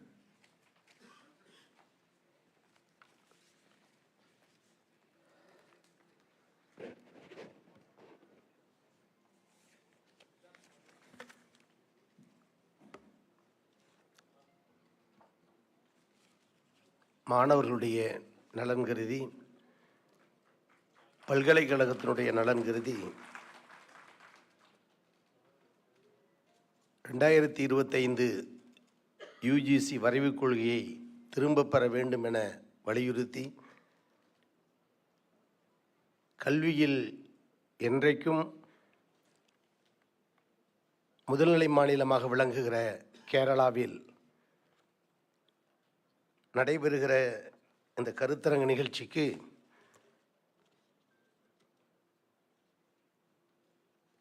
தலைமையேற்று உரையாற்றி வாழ்த்தி இருக்கக்கூடிய கேரள மாநிலத்தினுடைய மாண்புமிகு முதலமைச்சர் அவர்களே, வரவேற்புரையாற்றிய நிகழ்ச்சியில் நோக்கங்களை எடுத்து விரிவாக உரையாற்றியிருக்கிற நம்முடைய கேரள மாநிலத்தினுடைய education and social justice minister மரியாதைக்குரிய டாக்டர் பிந்து அவர்களே, இந்த நிகழ்ச்சியில் கலந்து கொண்டு உரையாற்றி இருக்கக்கூடிய தெலுங்கானா மாநில துணை முதலமைச்சர் மாண்புமிகு பட்டி விக்ரமகா மல்லா அவர்களே, முதல் நிகழ்ச்சியை பெங்களூரில் நடத்தி இந்த நிகழ்ச்சிக்கான விளக்கங்களை எடுத்து உரையாற்றியிருக்கிற கர்நாடக மாநிலத்தினுடைய உயர்கல்வித்துறை அமைச்சர் மாண்புமிகு டாக்டர் சுதாகர் அவர்களே, இந்த நிகழ்விலே கலந்து கொண்டு உரையாற்றி விடைபெற்று சென்றிருக்கிற கேரள மாநில மாண்புமிகு எதிர்க்கட்சி தலைவர் அவர்களே, கேரள மாநிலத்தினுடைய மூத்த அமைச்சர் பெருமக்களே, சட்டமன்ற உறுப்பினர்களே, உயர்கல்வித்துறையினுடைய உயர் அதிகாரிகளாக பங்கெடுத்திருக்கக்கூடிய நம்முடைய தமிழ்நாடு ஹையர் எஜுகேஷன் கவுன்சிலுடைய துணைத் தலைவர் டாக்டர் எம்பி விஜயகுமார் அவர்களே, கர்நாடக மாநிலம் ப்ரொஃபஸர் நிரஞ்சனா அவர்களே, தெலுங்கானா ஸ்ரீமதி ஸ்ரீ தேவசனா ஐஏஎஸ் அவர்களே, கேரளா வைஸ் சேர்மன் ராஜன் அவர்களே, ஏனைய உயர்கல்வித்துறையினுடைய உயர் அதிகாரிகளே, பல்வேறு பல்கலைக்கழகங்களிலிருந்து வருகை தந்திருக்கிற கேரள பல்கலைக்கழக பேராசிரியர் பெருமக்களே, துறை தலைவர்களே, மாணவ செல்வங்களே, மாணவியர்களே, கல்லூரியினுடைய மாணவ பெருமக்களே, ஜனநாயகத்தின் தூண்களாக என்றைக்கும் நாங்கள் மதிக்கக்கூடிய போற்றக்கூடிய பத்திரிகை மற்றும் ஊடகத்துறையை சார்ந்த அன்பு நண்பர்களே, அரங்கில் குழுமி இருக்கிற ஆண்டோர்களே, சான்றோர்களே, அனைவருக்கும் வணக்கம். தமிழ்நாடு சார்பாக இந்த மாநாட்டில் கலந்து கொண்டு தமிழ்நாட்டின் கொள்கையினை எடுத்துரைக்கி இந்த வாய்ப்பினை வழங்கிய தமிழ்நாடு முதலமைச்சர் மாண்புமிகு மு.க. ஸ்டாலின் அவர்களுக்கும், மாண்புமிகு துணை முதலமைச்சர் உதயநிதி ஸ்டாலின் அவர்களுக்கும் எனது மனமார்ந்த நன்றியை முதலில் தெரிவிக்க கடமைப்பட்டிருக்கிறேன். யுஜிசி நெறிமுறைகள் குறித்த இந்த முக்கியமான மாநாட்டில் தமிழ்நாடு மாநிலத்தின் பிரதிநிதியாக கருத்துரைகளை எடுத்துரைப்பதில் நான் மிகுந்த பெருமைப்படுகிறேன். கல்வி, சமூக நீதி மற்றும் அனைவரும் உள்ளடக்கிய வளர்ச்சியில் தமிழ்நாடு எப்போதும் முன்னணியில் உள்ளது. கல்வியானது மாணவர்களுக்கு நன்மை பயக்கும் மற்றும் அவர்களின் கற்றல் விளைவுகளை மேம்படுத்துவதில் கவனம் செலுத்த வேண்டும் என்பதில் நாங்கள் உறுதியாக உள்ளோம். பல்கலைக்கழகங்கள் மற்றும் கல்லூரிகளில் ஆசிரியர்கள் மற்றும் ஆசிரியர் அல்லாத பணியாளர்களுடைய நியமனம் மற்றும் பதவி உயர்வுக்கான குறைந்தபட்ச தகுதிகளை வெளியிட்டுள்ள இந்த வரைவு வரைகள் வருங்காலத்தில் மாநிலத்தின் சுயாட்சினை முழுமையாக பறிக்கும் வகையில் உள்ளது. ஒன்றிய மாநில உறவுகளில் மத்திய அரசின் உரிமைகளில் மாநில அரசின் உரிமைகளில் கடுமையான தாக்குதலை ஏற்படுத்துகிறது. யுஜிசி சட்டம் 1956 பிரிவு 26 கீழ் உருவாக்கப்பட்ட பல்கலைக்கழக மானியக் குழு யுஜிசி வெளியிட்ட இந்த நெறிமுறைகள் மாநில பல்கலைக்கழக சட்டங்களை செயல்பாடற்றதாக ஆக்கும் நோக்கம் கொண்டதாக உள்ளது. வரைவு யுஜிசி நெறிமுறைகள் ஒரு வழிமுறைகளே அல்ல, அது ஒரு முட்டுக்கட்டை. வரைவு யுஜிசி விதிமுறைகளை அமல்படுத்தும் முயற்சி யுஜிசியின் அத்துமீறலை தவிர வேறில்லை. சட்டப்பிரிவு 12(d) யுஜிசியின் அதிகாரிகள் வெறும் பரிந்துரை மட்டுமே. யுஜிசி உயர்கல்வியில் தரநிலைகள் குறித்து ஆலோசனை கூறலாம், ஆனால் அது மாநிலங்களை கட்டுப்படுத்த அமுல்படுத்த முடியாது. இந்த வரைவு விதிமுறைகள் அதிகார பிரிவினை மற்றும் கூட்டாட்சி முறை ஆகிய இரண்டும் அரசியலமைப்பின் அடிப்படை அம்சங்களாக இருப்பதை சீரழிப்பதற்கான ஒரு முயற்சி. கல்வி நமது அரசியலமைப்பு சட்டத்தின் கங்கரன்ஸ் ஒருங்கிணைந்த பட்டியலில் உள்ளது. இந்த யுஜிசி விதிமுறைகள் போன்ற ஒரு குழுவால் பரிந்துரைக்கப்பட்ட நெறிமுறைகள் மாநில சட்டங்களுக்கு மேலோங்காது. இந்த யுஜிசி வரைவு நெறிமுறைகள் பல்கலைக்கழகங்களின் கல்வி தரத்தை மேம்படுத்துவதற்கான ஒரு உண்மையான முயற்சியை இல்லை. இந்த விதிமுறைகள் பாராளுமன்றத்தில் நிறைவேற்றப்படாமல் பிரதிநிதித்துவ சட்டத்தின் போர்வையில் தள்ளப்படுகின்றன. மாண்பமை உச்சநீதிமன்றத்தில் கல்யாணி மதிவாணன் என்பவர் எதிராக KV ஜெயராஜ் தொடர்ந்த வழக்கில் யுஜிசி விதிமுறைகளை அரசு ஏற்காத பட்சத்தில் மாநில பல்கலைக்கழகங்கள் கட்டாயம் இதை பின்பற்ற வேண்டும் என்பதில்லை என்று தீர்ப்பளித்திருக்கிறது. எனவே விதிமுறைகளை வகுப்பதில் ஒவ்வொரு கட்டத்திலும் மாநிலங்கள் சம்மதம் மற்றும் ஆலோசனை பெறுவது அவசியம். இந்த விதிகளுக்கு பின்னால் தெளிவான அரசியல் காரணம் இல்லை, எந்த ஆய்வு கண்டுபிடிப்புகளும் இல்லை. பல்கலைக்கழக நிதிநிலை குழு ஏதேனும் நிபுணர்களை கலந்தாலோசித்ததா அல்லது மாணவர்கள் மற்றும் நிர்வாகிகள் எழுப்பிய உண்மையான சந்தேகங்களை நிவர்த்தி செய்ததா என்பதும் தெளிவாக அந்த வரைவு அறிக்கையில் இல்லை.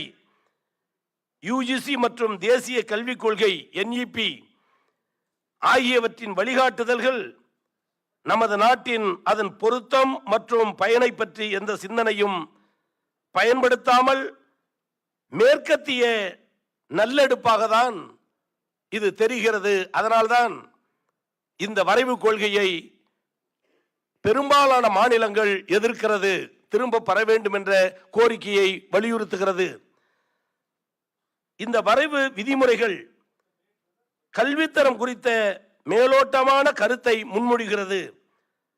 எந்த விதமான தேவை மதிப்பீடு அல்லது அறிவியல் அடிப்படையின்றி ஏற்கனவே நிறுவப்பட்ட நடைமுறைகளை சிதைக்கும் முயற்சியாகும். உயர்கல்வியில் தமிழ்நாடு முன்னணி மாநிலமாக உள்ளது. சமீபத்தில் பட்ஜெட்டில் தமிழ்நாடு 8212 கோடி நிதிகளை ஒதுக்கி உயர்கல்வியை உயர்த்தியுள்ளது. இது ஒட்டுமொத்த தேசத்திற்கு ஒன்றிய அரசின் மொத்த ஒதுக்கீட்டில் 17% 17% ஆகும். மாநில அரசுகளின் முறையான ஆலோசனை இல்லாமல் கல்வி முறையில் புதியதாக விதிகளை சுமத்துவது நியாயமற்றது மற்றும் ஏற்றுக்கொள்ள முடியாதது. தமிழ்நாட்டில் உள்ள பொது பல்கலைக்கழகங்கள் மற்றும் மாநில சட்டமன்றங்கள் மூலம் உருவாக்கப்பட்டு அதன் நிதி உதவியுடன் சம வாய்ப்புகள் மற்றும் இடஒதுக்கீடு உள்ளடக்கியவை சமூக நீதியுடன் செயல்பட்டு வருகிறது. நம்முடைய மாண்புமிகு உயர்கல்வித்துறை அமைச்சர் டாக்டர் சுதாகர் அவர்கள் சொன்னதை போல பல்கலைக்கழகங்கள் வேண்டுமென முடிவெடுப்பது மாநில அரசு, இடங்களை தேர்வு செய்வது மாநில அரசு, கட்டிடங்களை கட்டித்தர முன்வருவது மாநில அரசு, நிதி ஒதுக்குவது மாநில அரசு, மாணவர்கள் சேர்க்கை செய்வது மாநில அரசு, பேராசிரியர்கள் நியமிப்பது மாநில அரசு, ஊதியம் கொடுப்பது மாநில அரசு, ஓய்வூதியம் கொடுப்பதும் மாநில அரசு.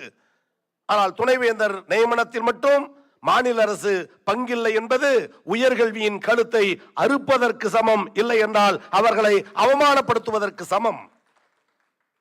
துணைவேந்தர்களுக்கான தேடல் மற்றும் தேர்வு குழுக்களில் இருந்து மாநில அரசு முற்றிலும் ஒதுக்கப்படுவது தமிழ்நாடு எதிர்க்கிறது. அதை கண்டிப்பாக தொடர்ந்து எதிர்க்கும் என்பதையும் தமிழ்நாடு முதலமைச்சர் மாண்புமிகு மு.க. ஸ்டாலின் சார்பில் இந்த சபையில் நான் அறிவிக்க கடமைப்பட்டிருக்கிறேன். மாநில அரசின் உறுப்பினர் இன்றி துணைவேந்தர் நியமனம் செய்வது பல்கலைக்கழக நிர்வாகத்தில் மாநில சுயாட்சியை சிதைக்கும் முயற்சி. மாநில சட்டப்பேரவை சட்டத்தின் மூலம் மாநில அரசு பல்கலைக்கழகங்களை நிறுவி அதை நிர்வகிக்க வேண்டும். எனவே மாநில பல்கலைக்கழகங்கள் மீது உரிமை உள்ள துணைவேந்தர்கள் தேடுதல் குழுவில் சட்டப்பூர்வமான உரிமையை மாநில அரசு பெற்றிருக்க வேண்டும். எனவே இதுவரை 3 உறுப்பினர் அல்லது 5 உறுப்பினர்கள் தமிழகத்தில். தற்போது யுஜிசி சொல்லுவது மாநில அரசின் பிரதிநிதி இல்லை என்று சொல்வது உரிமையை பறிப்பது மட்டுமல்ல, ஒரு மாநில அரசை அவமானப்படுத்துவதாக கருதுகிற காரணத்தால் தான் தமிழ்நாடு முதலமைச்சர் கவர்னருக்கு இருக்கிற உரிமை என்ன என்பதை உச்சநீதிமன்றத்தில் வழக்கின் மூலம் இந்தியாவில் கவர்னர் மீது முதலில் வழக்கு தொடுத்த மாநிலம் தமிழ்நாடு. அதன் முதலமைச்சர் மு.க. ஸ்டாலின் என்பதை பெருமையோடு இந்த சபையில் நான் பதிவு செய்ய கடமைப்பட்டிருக்கிறேன். கல்வியாளர்கள் அல்லாதவர்களை துணைவேந்தர்களாக நியமிக்கும் விதிகள் வணிக நோக்கம் கொண்டதாக மாறிவிடும். பல்கலைக்கழகங்களுக்கு கல்வியாளர்கள் மற்றும் நிர்வாகம் இரண்டையும் புரிந்து கொள்ளும் தலைவர்கள் தேவை. வணிகத்தில் மட்டும் கவனம் செலுத்துவது நபர்கள் அல்ல. இந்த விதிமுறைகளை அமுல்படுத்துவது கல்வியை வெறும் வியாபாரமாக மாற்றி அதன் தரத்தை சீரழித்துவிடும். மாறுபட்ட பாடப்பிரிவுகளில் ஆசிரியர்கள் நியமனம் இளங்கலை அல்லது முதுகலை தகுதியிலிருந்து வேறுபட்ட ஒரு பாடத்தில் முனைவர் பட்டம் பெற்றவர் அல்லது அவர் பெற்ற அடிப்படை பட்ட பிரிவிலிருந்து வேறு பாடத்தில் NET, SET, net and set தேர்வில் தேர்ச்சி பெற்றவர்கள் இந்த தேர்வுகள் மூலம் எந்த பாடத்தில் தேர்ச்சி பெறுகிறாரோ அவர் அந்த பாடத்திற்கு ஆசிரியராகலாம் என்பது தொடர்பில்லாத பாடங்களை கற்பிக்க ஆசிரியர்களை அனுமதிப்பது மாணவர்களின் கற்றல் விளைவுகளுக்கு எதிர்மறையாக அமைந்துவிடும். திறமையான அறிவு பரிமாற்றத்திற்கு ஆசிரியர்கள் தங்கள் கற்பிக்கும் பாடங்களில் நிபுணத்துவம் பெற்றிருக்க வேண்டும். பின்தங்கிய பின்னணியைச் சேர்ந்த மாணவர்கள் மீது நியாயமற்ற சுமையை ஏற்படுத்துவது பொது நுழைவுத் தேர்வை தமிழ்நாடு எப்போதும் ஏற்றுக்கொள்ளாது. அதை வன்மையாக கண்டிக்கிறது. உயர்கல்வியில் 2030 50% இடஒதுக்கீடு இலக்கை அடைய வேண்டும் என்பது ஒன்றிய அரசின் எண்ணம். பாராளுமன்றத்தில் அமைச்சர் அறிவித்தார். 2030 ஒன்றிய அரசு உயர்கல்வியில் 50% எட்டும். பாராளுமன்றத்தில் சொன்னது. அப்படி என்றால் இன்றைக்கு உயர்கல்வியில் நான் கலந்து கொள்ளுகிற மாநிலத்தின் சார்பாக வந்திருக்கிற தமிழ்நாடு 47% எட்டி இருக்கிறது என்று சொன்னால் ஒன்றிய அரசின் இலக்கையும் விஞ்சி உயர்கல்வியில் உயர்ந்து நிற்கிற மாநிலமாக தமிழ்நாடு இருக்கிறது என்பதையும் இந்த நேரத்தில் நான் தெரிவிப்பதற்கு காரணம், இந்த வளர்ச்சியை முட்டுக்கட்டை போட நினைக்கிற மைய அரசுக்கு மாநில அரசின் சார்பில் கடும் கண்டனத்தை இந்த சபையில் தெரிவிக்க நான் கடமைப்பட்டிருக்கிறேன். இளங்கலை மற்றும் முதுகலை மாணவர்கள் சேர்க்கைக்கான நுழைவுத் தேர்வுகள் தமிழ்நாட்டின் முன்னேற்றத்தை பாதிக்கும். குடும்பங்களுக்கு நிதி நெருக்கடியை அதிகரிக்கும். பயிற்சி நிலையங்களை அதிகரிப்பதை ஊக்குவிக்கிறது. தற்போது மத்திய பள்ளி கல்வி வாரியம் CBSE உட்பட அனைத்து பள்ளி வாரியங்களும் ஏற்கனவே பல தேர்வுகள் மற்றும் பொது தேர்வுகள் மூலம் மாணவர்கள் மதிப்பீடு செய்கின்றன. அதிகம் போட்டி நிறைந்த நுழைவுத் தேர்வுகள் தற்போது தேர்வுகளை அர்த்தமாக்கி விற்றதாக மாணவர்களுக்கு மனச்சுமையை ஏற்படுத்தும். இது நியாயமற்றது மற்றும் கல்வி விளைவுகளில் பெரும் சேதத்தை உருவாக்கக்கூடியது. ஆண்டுக்கு 2 முறை சேர்க்கை மற்றும் நுழைவு தேர்வு என்பது பல வெளியேறுதலை உருவாக்கும், இடைக்கற்றலை அதிகரிக்கும். எனவே இடைநிற்றல் தவிர்க்கப்பட வேண்டுமேயானால் 2 முறை தேர்வையும் எப்போதும் சேரலாம் எப்போதும் விலகலாம் என்ற கொள்கையை UGC திரும்ப பெற வேண்டும் என்பது மாணவர்களுடைய கோரிக்கை, பல்கலைக்கழக பேராசிரியருடைய கோரிக்கை. மேன்மை மிகுந்த நாடுகளில் இருமுறை சேர்க்கை உண்டு. அது வெப்ப காலம், குளிர்காலம் என்ற இரு இயற்கை காலங்கள் இருக்கிற காரணத்தால் ஒன்றுபட்ட மாநிலத்திற்கு இது தேவையா என்பதை மாணவர்கள் யோசித்ததனுடைய விளைவு தமிழகத்தில் திரும்ப பெறு யுஜிசி வரைவு கொள்கையை திரும்ப பெறு என்று தினமும் போராடிய வண்ணம் தமிழகம் உயர்கல்வியை காக்கிற முயற்சியில் நின்று கொண்டிருக்கிறது. இடைநிற்றலை ஊக்குவிக்கிற இந்த செயல் இருக்கிற மாணவர்களுடைய கல்வியை தகர்ப்பதாக அமைந்திருக்கிறது.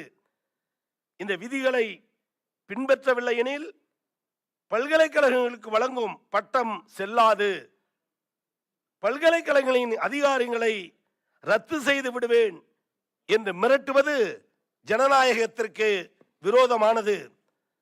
மாநில அரசுகளுக்கு எதிரான இந்த நெறிமுறைகளை திரும்ப பெற வேண்டும் என்றும் ஜனநாயக முறையில் உயர்கல்வியை உருவாக்கி மாநிலங்களுடன் இணைந்து செயல்படுமாறு ஒன்றிய அரசை தமிழ்நாடு வலியுறுத்துகிறது.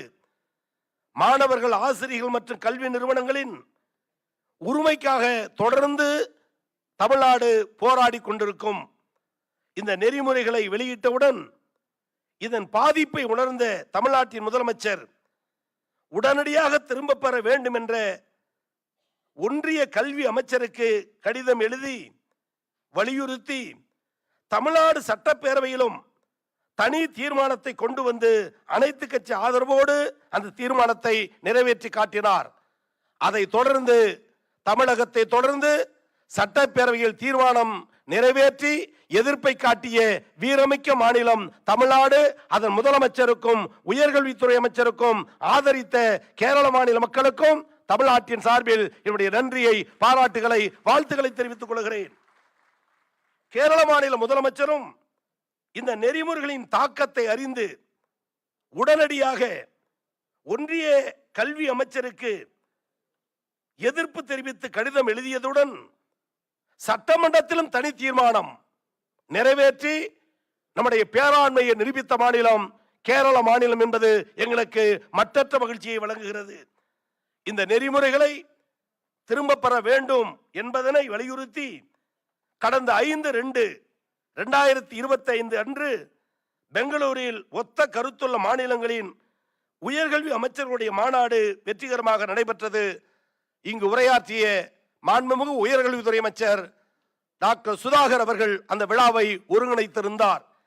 அவர்கள் சொன்னார், நான் பெங்களூரில் நடத்தினேன், இன்னைக்கு திருவனந்தபுரத்தில், அடுத்து தெலுங்கானாவில் ஹைதராபாத்திற்கு வர சொல்லி தெலுங்கானா துணை முதலமைச்சர் அழைத்திருக்கிறார், எங்கள் பயணம் தொடர்கிறது என்று சொன்னார். 3 அமைச்சர்கள் கலந்து கொள்ளுகிற இந்த மாநாட்டில் என்றைக்கும் உங்கள் மூவரின் கையை பிடித்து தமிழ்நாடு தொடர்ந்து வரும் எதிர்ப்பை தெரிவிக்கும் என்பதை எங்கள் முதல்வர் சார்பாக அமைச்சர் பெருமக்களுக்கு தெரிவித்துக் கொள்கிறேன். இந்த நெறிமுறைகளுக்கு அடிப்படையான தேசிய கல்விக் கொள்கையை நடைமுறைப்படுத்தவில்லை எனில் கல்விக்கான மாநிலங்களுக்கு ஒதுக்கப்படும் நிதியினை வழங்க இயலாது என்று ஒன்றிய அமைச்சர் தெரிவித்திருப்பது அகம்பாவத்தின் அடையாளம், சர்வாதிகாரத்தின் வெளிப்பாடு. புதிய கல்விக் கொள்கையை மும்மொழி கொள்கையின்படி இந்துத்தாவை புகுத்த நினைக்கிறது. இந்தியையும் சமஸ்கிருதத்தையும் இதன் மூலம் திணிக்க ஒன்றிய அரசு நிர்பந்திக்கிறது.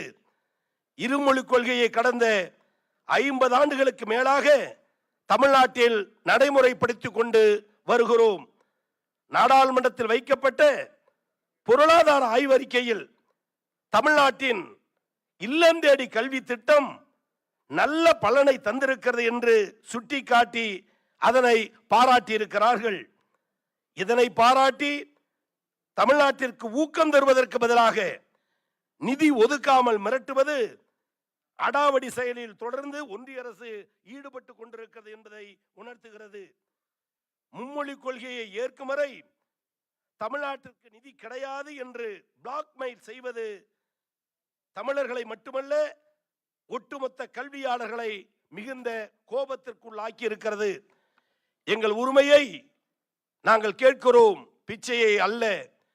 எங்கள் உரிமையை தான் நாங்கள் கேட்கிறோம். உங்கள் தனி சொத்தை கேட்பது போல் திமிராக பேசினால் தமிழர்களின் தனி குணத்தை டெல்லி பார்க்க வேண்டி இருக்கும் என்று தமிழ்நாடு முதலமைச்சர் கடுமையாக கண்டனம் தெரிவித்திருக்கிறார். நமது கல்வி அமைப்பில் சமூக நீதியின் அடித்தளத்தை பாதுகாப்பதற்கும் கல்வி அதிகாரம் அளிப்பதற்கான ஒரு கருவியாக இருப்பதை உறுதி செய்வதற்கும் நாங்கள் உறுதி பூண்டுள்ளோம். நான் முடிப்பதற்கு முன்பாக இந்த அரிய வாய்ப்பினை வழங்கிய மாண்புமிகு தமிழ்நாடு முதலமைச்சர் அவர்களுக்கும் மாண்புமிகு துணை முதலமைச்சர் அவர்களுக்கும் நன்றியினை தெரிவித்துக் கொள்கிறேன்.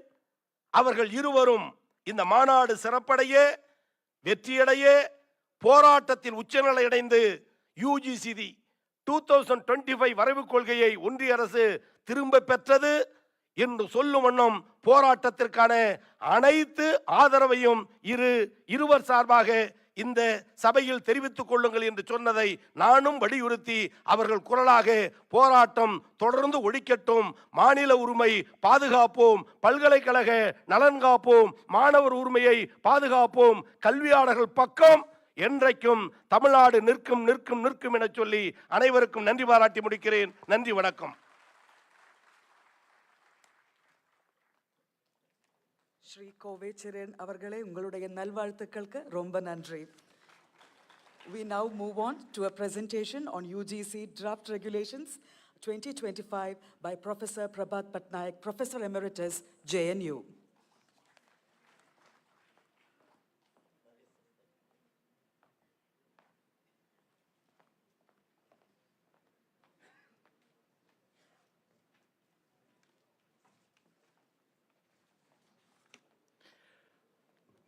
Honorable Chairperson Dr. Bindu, assembled ministers from other states, honorable ministers of Kerala,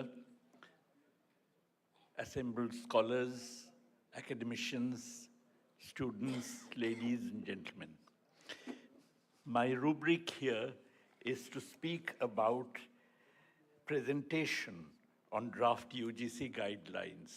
So much has already been spoken about these guidelines that I would just like to provide in a summary, telegraphic form some important points which I consider to be very important.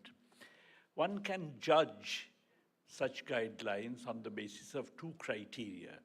One is constitutional propriety, the other is reasonableness. By both these criteria, the UGC guidelines that have been circulated, I believe, are woefully lacking. First, of course, if you look at constitutional propriety, there are three obvious ways in which the UGC has resorted to a constitutional overreach. First, originally in the Constitution, it was stated that the central government's role would be to maintain uniformity in standards, to coordinate and maintain academic standards. In consultation, when the UGC was tasked with this, and the UGC Act of 1956 clearly stated that the UGC's role was to coordinate and maintain academic standards across universities. It also added, in consultation with universities and other relevant bodies. The university was not supposed to act, the UGC was not supposed to act unilaterally. So the first overreach is that the UGC has now started acting unilaterally. It actually circulates these drafts, expects responses by a certain date, and after that, no matter what the responses, it goes ahead with the drafts. So UGC's acting unilaterally is the first breach of constitutional propriety and violates the UGC Act itself. The second breach is, of course, the UGC's role is confined to academic matters. It is not supposed to have any role with regards to the choice of vice chancellors, which is an administrative position in a university. Therefore, it's a matter of great overreach for the UGC now to be interfering in the question of the appointment of vice-chancellors. And the third overreach, which is absolutely shocking, is these punitive measures that the UGC is now recommending. That in case you don't follow what we asked you to do, in that case we are going to de-recognize your degrees, we are going to de-recognize your courses and so on. Now this is something which is grotesque. As a matter of fact, when the UGC first put forward minimum qualifications for various academic positions, Delhi University, which is a central university, went to court against it. And in the Supreme Court, a bench headed by Justice Ahmadi and Bharucha, a bench consisting of Justice Ahmadi and Bharucha, actually said that, look, the UGC is only giving you some minimum criteria.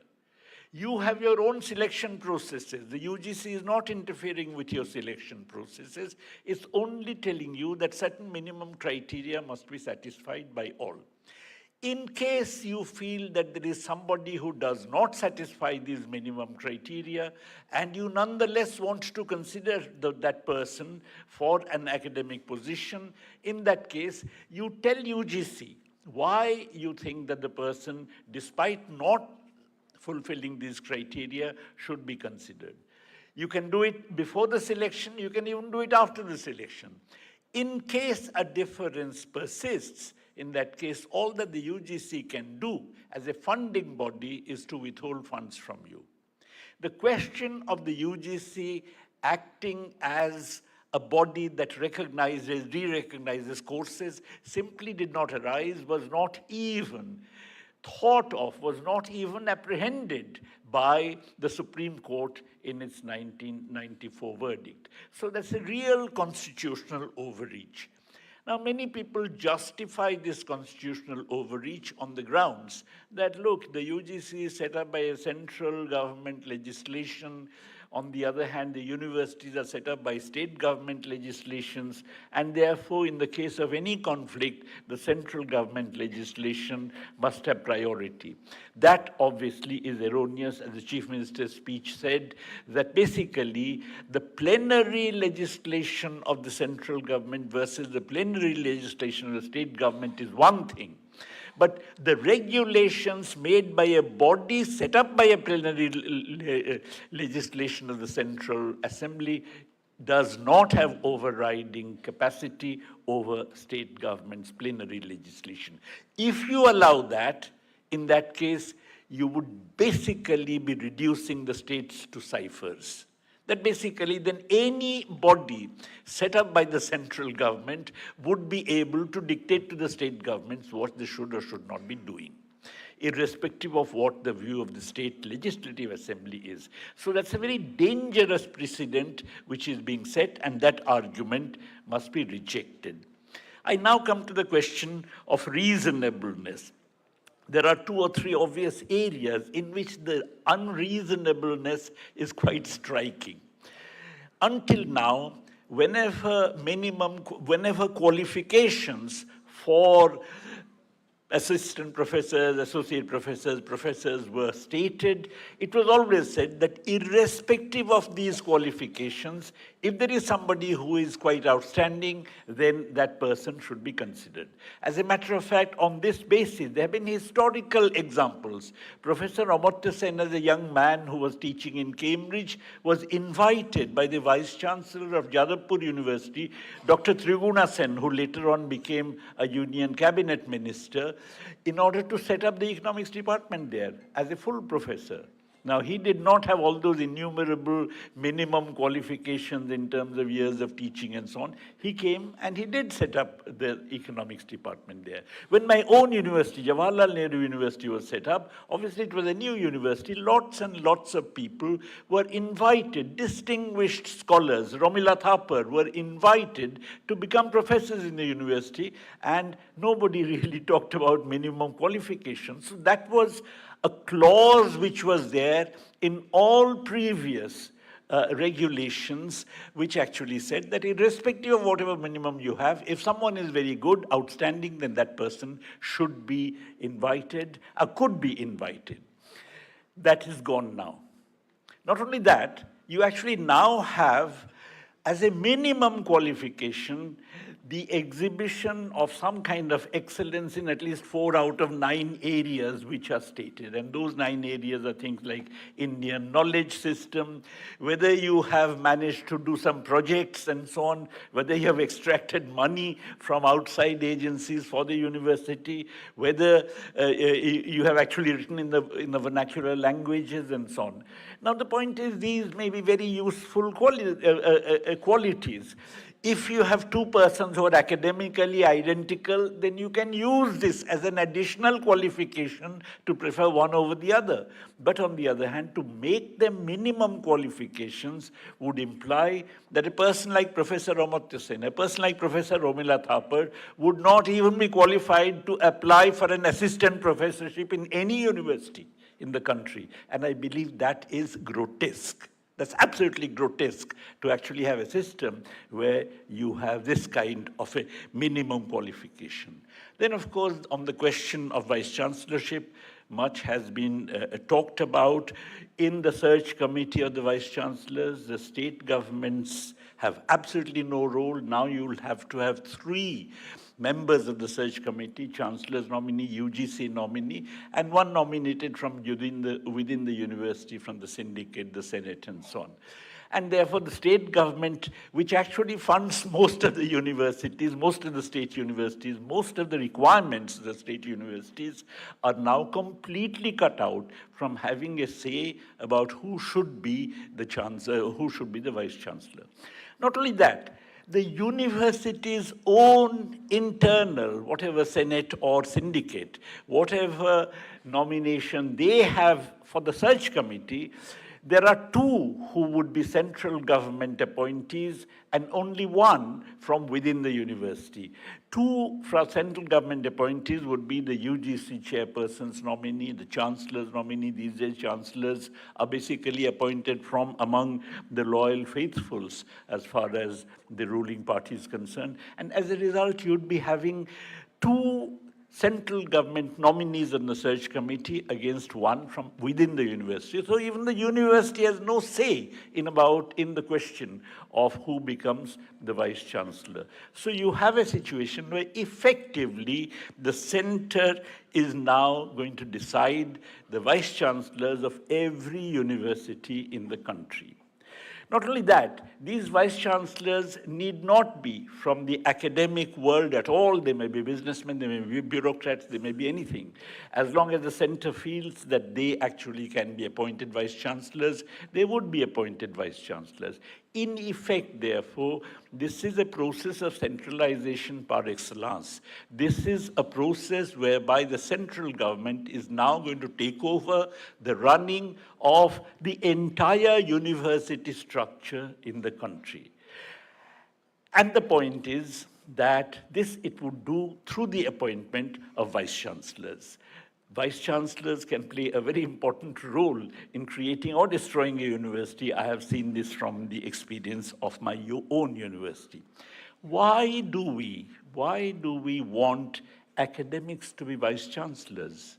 Basically because in the academic world, there is one virtue above everything else which is absolutely necessary. That virtue is the tolerance of dissent. That basically a university must be a place where 25 different ideas are tried out. And of course, among them, you can have some ideas which are more dominant, others are not. But nonetheless, it must be a space for dissent. And this is something which an academic vice-chancellor would necessarily respect. But on the other hand, if there is someone from business, if there is someone who is from the bureaucracy, now they may be good people, but on the other hand, they simply do not have, as a matter of their life course, exposure to this whole idea of tolerating dissent. At least the probability of their doing so is extremely small. Therefore, to have the central government running universities and to have this kind of carte blanche to the central government to appoint anybody from the bureaucracy or from its own stables as vice chancellors is something which is going to be absolutely destructive of dissent. And as an academic, I feel very, very strongly about it. A university must be a place where 100 ideas flourish. If you kill any of those ideas, then you have killed the university. And that's why we have to oppose the UGC's draft guidelines. Thank you very much. Thank you, sir. We now have a special address. I invite Sri Ramachandran Kadannapalli, Honorable Minister for Registration, Port, Museum, Archaeology, Government of Kerala.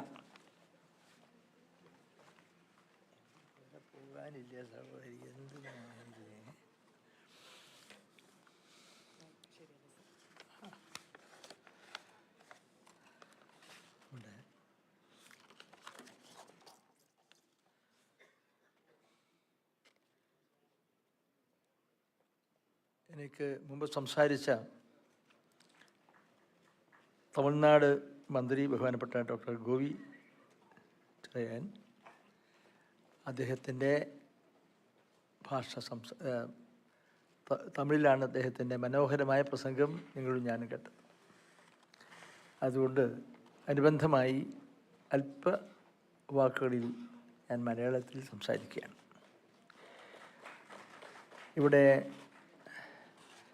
ഈ ചടങ്ങ് നമ്മുടെ സുപ്രധാനമായ സംഗമം ഉദ്ഘാടനം ചെയ്ത ബഹുമാനപ്പെട്ട മുഖ്യമന്ത്രി ഉൾപ്പെടെ വേദിയിൽ സംസാരിച്ച നിരവധി വ്യക്തിത്വങ്ങളുണ്ട്. അവരെല്ലാം തന്നെ കാര്യമാത്ര പ്രസക്തമായ കാര്യങ്ങൾ ഇവിടെ സംസാരിച്ചു. ഈ ദേശീയ കൺവെൻഷൻ നമ്മുടെ വിദ്യാഭ്യാസ മേഖലയിലുള്ള ഏറ്റവും സുപ്രധാനമായ കാര്യങ്ങളെക്കുറിച്ച് പരിചിന്തനം ചെയ്യുന്ന ഒരു കൂട്ടായ്മയാണ്. UGCയുമായി ബന്ധപ്പെട്ട കാര്യങ്ങൾ ഒറ്റ വാചകത്തിൽ പറഞ്ഞാൽ the draft UGC regulations 2025 is a disruptive effort as it proposes to deprive state government of the role in the selection process for vice chancellor of state-run universities. വിദ്യാഭ്യാസ രംഗത്തും വിദ്യാഭ്യാസം എന്ന് പറഞ്ഞാൽ അത് അനിർവചനീയമായ ഒരു ചൈതന്യമാണ്. അതേതെങ്കിലും ജാതിയുടെയും മതത്തിൻ്റെയും വിശ്വാസ ഭാഗമല്ല. പ്രകൃതിയുടെ വരദാനമായ വായു, വെള്ളം, വെളിച്ചം പോലെ എല്ലാവർക്കും തുല്യമായി ലഭിക്കേണ്ടതാണ് വിദ്യാഭ്യാസം എന്ന് പറഞ്ഞ ലോകാരാധ്യനായ രാഷ്ട്രപിതാവ് നമ്മുടെ ഗാന്ധിജിയായിരുന്നു.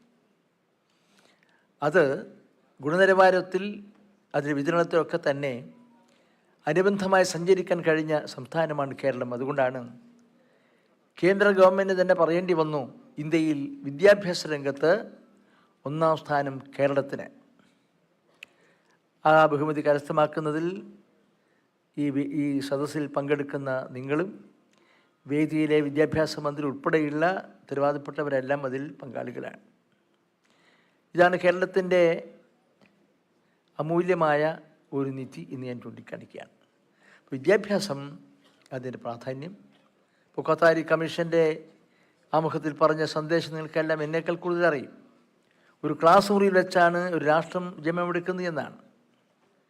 അവിടെ പ്രിയപ്പെട്ട മക്കളുടെ മനസ്സിൽ സൃഷ്ടിക്കുന്ന ബോധവൽക്കരണം, പാഠ്യവിഷയങ്ങളും പാഠ്യേതര വിഷയങ്ങളും ആ മനസ്സിൽ സൃഷ്ടിക്കപ്പെടുന്ന അവബോധമാണ് രാജ്യത്തിൻ്റെ അമൂല്യ നിധിയായ നമ്മുടെ മക്കളെ വളർത്തിയെടുക്കുന്നതും ഇങ്ങനെ മാറ്റണം. അതിനൊന്നും ഗുണകരമായിട്ടുള്ള ഒന്നും ഇന്ന് ദേശീയ രംഗത്ത് കാണുന്നില്ല. ഭ്രാന്തമായ നിലപാടുകളാണ്.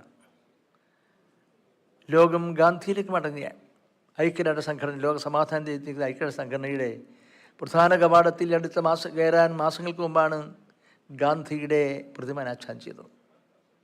ലോക സമാധാനത്തിന് വേണ്ടി ഒരു ദിനം ആചരിക്കണം. അതിന് ഐക്യരാഷ്ട്ര സംഘടന ഏകകണ്ഠമായി തീരുമാനിച്ച ദിനം ഗാന്ധി ജയന്തി ദിനമായ ഒക്ടോബർ 2 ലോകം ഗാന്ധിയിലേക്ക് മടങ്ങുകയാണ്. എന്നാൽ നമ്മുടെ നാട്ടിലാണെങ്കിൽ ലോകത്തെ ഏറ്റവും വലിയ ജനാധിപത്യ രാജ്യമായ നമ്മുടെ പാർലമെൻറ്റിൽ അഭിശപ്തമായ ശബ്ദം കേട്ട ഒരു ദിവസം ഗാന്ധിയുടെ ഘാതകനെ ചരിത്രപുരുഷനായി വളർത്തണം. പോരാ, രാജ്യവ്യാപകമായി ക്ഷേത്രങ്ങളും പ്രതിമകളും സ്ഥാപിക്കണമെന്നാണ്. ഇതാണ് ഒരു സമീപനം. ഇതിൻ്റെ ഭാഗമായി നാളെ വിദ്യാഭ്യാസ രംഗത്ത് നമ്മൾ പ്രിയപ്പെട്ട മക്കളുടെ മനസ്സിൽ ആരെയാണ് സൃഷ്ടിക്കാൻ പോകുന്നത്, എന്താണ് ചെയ്യാൻ പോകുന്നത്, അത്യന്തം ഭയാനകമാണ്. ഈ ദേശീയ സാഹചര്യത്തിൽ നിന്ന് മാറി നിൽക്കുന്ന ഏക സംസ്ഥാനം കേരളമാണ്. ഈ കൊച്ചു കേരളം അതിൻ്റേതായ ശ്രദ്ധയും അതിൻ്റേതായ പ്രാർത്ഥനയൊക്കെയുണ്ട്. കേരളത്തിന്, ഒരു കൊച്ചു സംസ്ഥാനമായ കേരളത്തിന് ഈ ദേശീയ വിപത്തിനെതിരായി എന്ത് ചെയ്യാൻ കഴിയും? വിദ്യാഭ്യാസ രംഗത്തായിരുന്നാലും സാമ്പത്തിക സാമൂഹ്യ രംഗത്തായിരുന്നാലും ഒക്കെ തന്നെ ചെയ്യുന്ന കാര്യങ്ങൾ വളരെയധികം ആപൽക്കരമാണ് എന്ന് മാത്രം ഞാൻ ചൂണ്ടിക്കാണിക്കുകയാണ്. നമ്മുടെ മറ്റു വിഷയങ്ങളെക്കുറിച്ച് സംസാരിക്കേണ്ടതുണ്ട്. അതുകൊണ്ട് നമ്മുടെ ഏറ്റവും മർമ്മപ്രധാനമായ നമ്മുടെ വിദ്യാഭ്യാസം ദേശീയ സ്വാതന്ത്ര്യ സങ്കല്പങ്ങളെയും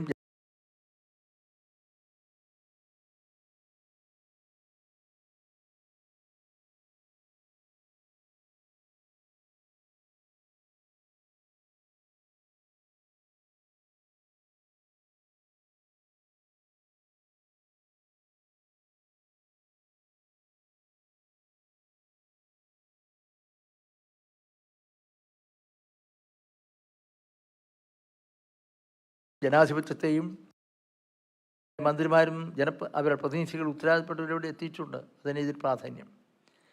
ഇത് ഈ നിലയിൽ മുന്നോട്ട് പോയി നമ്മുടെ രാജ്യത്ത് വിദ്യാഭ്യാസ രംഗത്ത് സർവകലാശാലകൾക്ക് കൂടുതൽ സ്വയംഭരണാവകാശം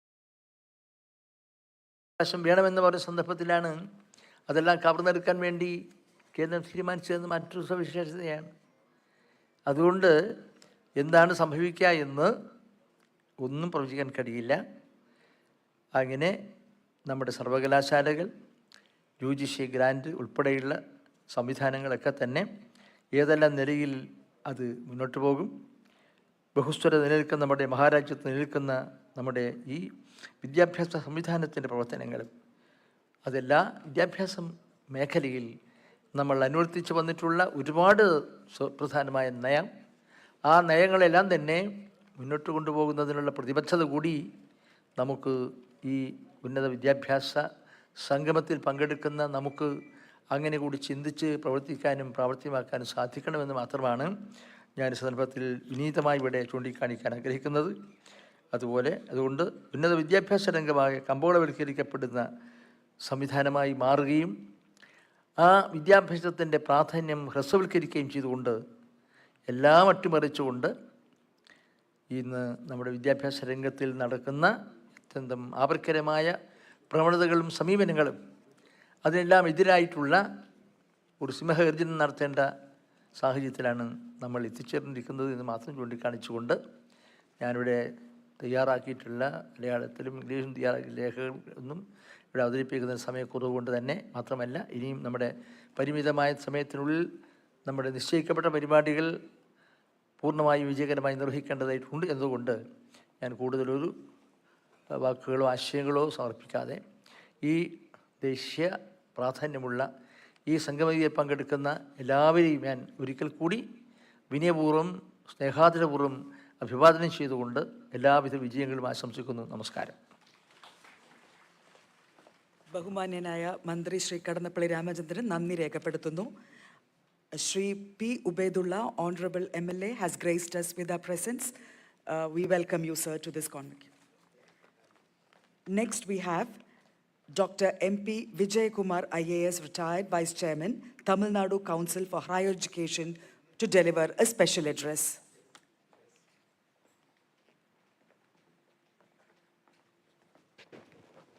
Honorable Ministers, respected professors, my fellow officers, students, ladies and gentlemen, I'll just take 2 minutes for want of time. I just want to make 2 issues.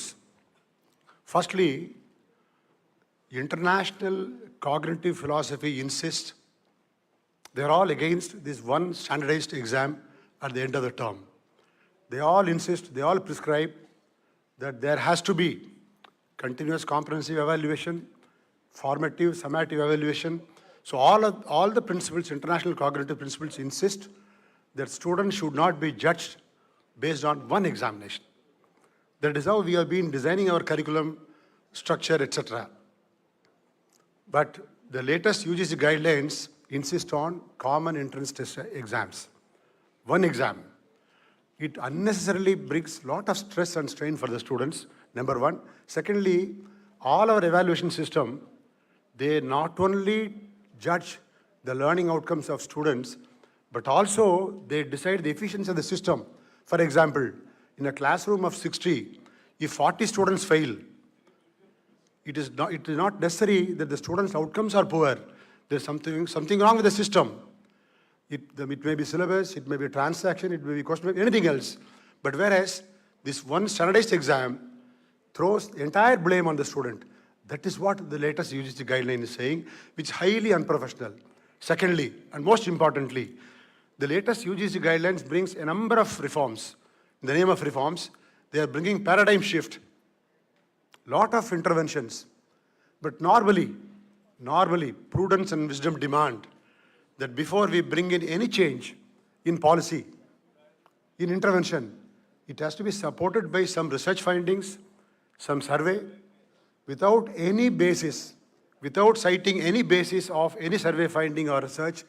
They are bringing such drastic, draconian paradigm shift in the system, which is objectionable, unfair, and highly unprofessional, which needs to be objected to. Thank you. Thank you for the opportunity.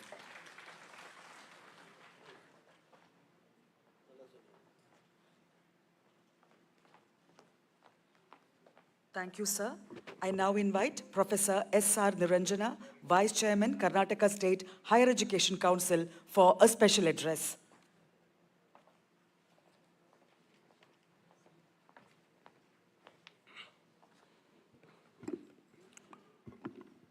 Good afternoon, all of you.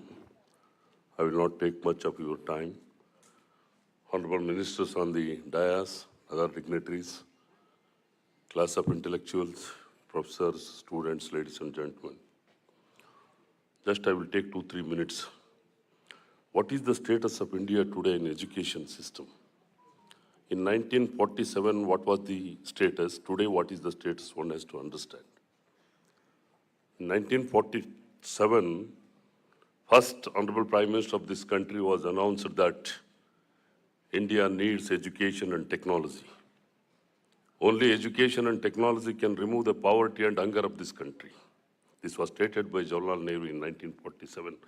Up to 1960, the Green Revolution took place from M.S. Swaminathan. Until that time, we are sustained the food and technology. Only 4 IITs were started in 1960s. That we know the history. Today, the situation is the universities are headed by the leaders of academicians. Academic endeavor, academic status, the professors who are having the academic status. We are published the papers of 1.3 million research papers today in this country, compared to the 1.4 million papers of United Kingdom. Compared to the 1.4 million papers of United Kingdom, 4.5 million papers of United States, and 4.6 million papers of China. Though we are published 1.3 million papers is not equivalent to the 1.4 million papers which is published by UK. Our impact paper is 14.08 and UK impact factor is 39.04. USA and China, we cannot compare our publications. So this kind of atmosphere is creating in the environment in the university system. Whether we need really the academicians to lead the institutions, if it is really needs that, who will understand this kind of a situations as far as research is concerned, as far as syllabus is concerned, as far as quality education is concerned. It is the need of the hour to think on the quality of education by the UGC regulation impact on quality education. Promotions is the another part. Promotion, what they are regulation, they are taking that promotions here and there. They have fixed some API score and all that. They are going to assess on the API score and your quality of papers and your quality of research. They are going to assess. And now they are included that 9 points of Indian knowledge system and language and all this. They have to describe all these things. In the last point, everybody is stressing on the Vice Chancellor post. Who will be the academic leader? We are all academic leaders. How you are going to define the academic leader? An industry man can be defined as an academic leader. Or an administrator we can define as an academic leader. What is an academic leader? Means academic credentials has to be evaluated and assessed by a committee, which is the search committee, is going to assess the quality of a professor who is going to head the institution as a vice chancellor. That is not there in the UGC regulation. That's what the state government, our honorable minister, has given the very wonderful speech on the status of the education in Karnataka. So many universities, even in the country, 1,200 universities, 45,000 and odd colleges, 11,000 standalone universities, IIT, IISc, many institutions we are working. Our complete education structure is very elaborate now. But so far, we have not put one university in first 200 universities in the global level. Not even one Indian university we have not put in a global index. We are talking about 1,000-year-old, 800-year-old Oxford, Cambridge University standard. What are the yardsticks they are using? What is the specializations? They are attracting many students from all over the globe. How the students are attracted in the USA universities? Either even our students are not able to get the seat in Oxford and Cambridge. We are lacking behind in getting seats in internationalization of higher education. That's what this draft regulation, we are thoroughly discussed, and consequences also our minister has addressed in the last conclave in the Karnataka government has organized, and many of the honorable ministers were attended. You have brought the proceedings, and UGC has a very limited role as far the act is concerned. The Professor JNU was mentioned. Very clear that fundamental objective of the UGC Act has determined standards in universities and the promotion and coordination of the universities. Education, the main functions of the UGC is to lay down the standards of teaching and to prescribe the qualification of teaching.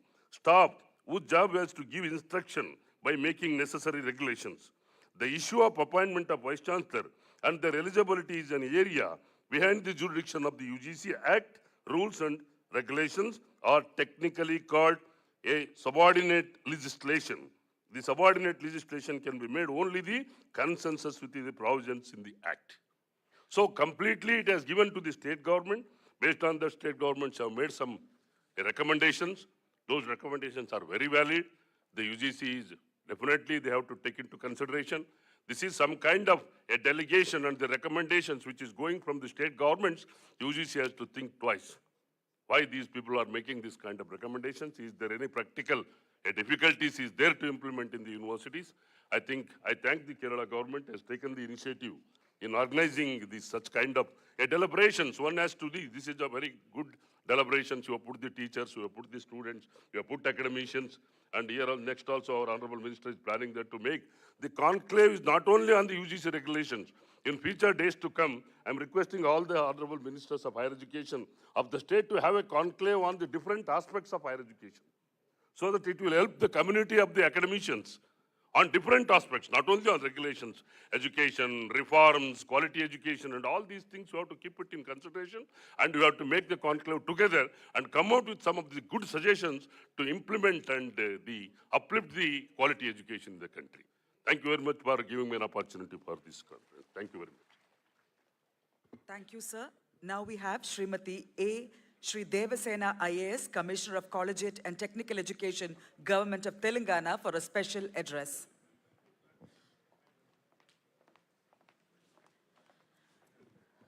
A warm namaste to all the dignitaries on the dais and also the wonderful people of Kerala. Warm namaste, namaste Kerala. I really shouldn't be taking much time, but I have just 2 points to make. The first one, I would like to warn everyone who's sitting here about what we are discussing.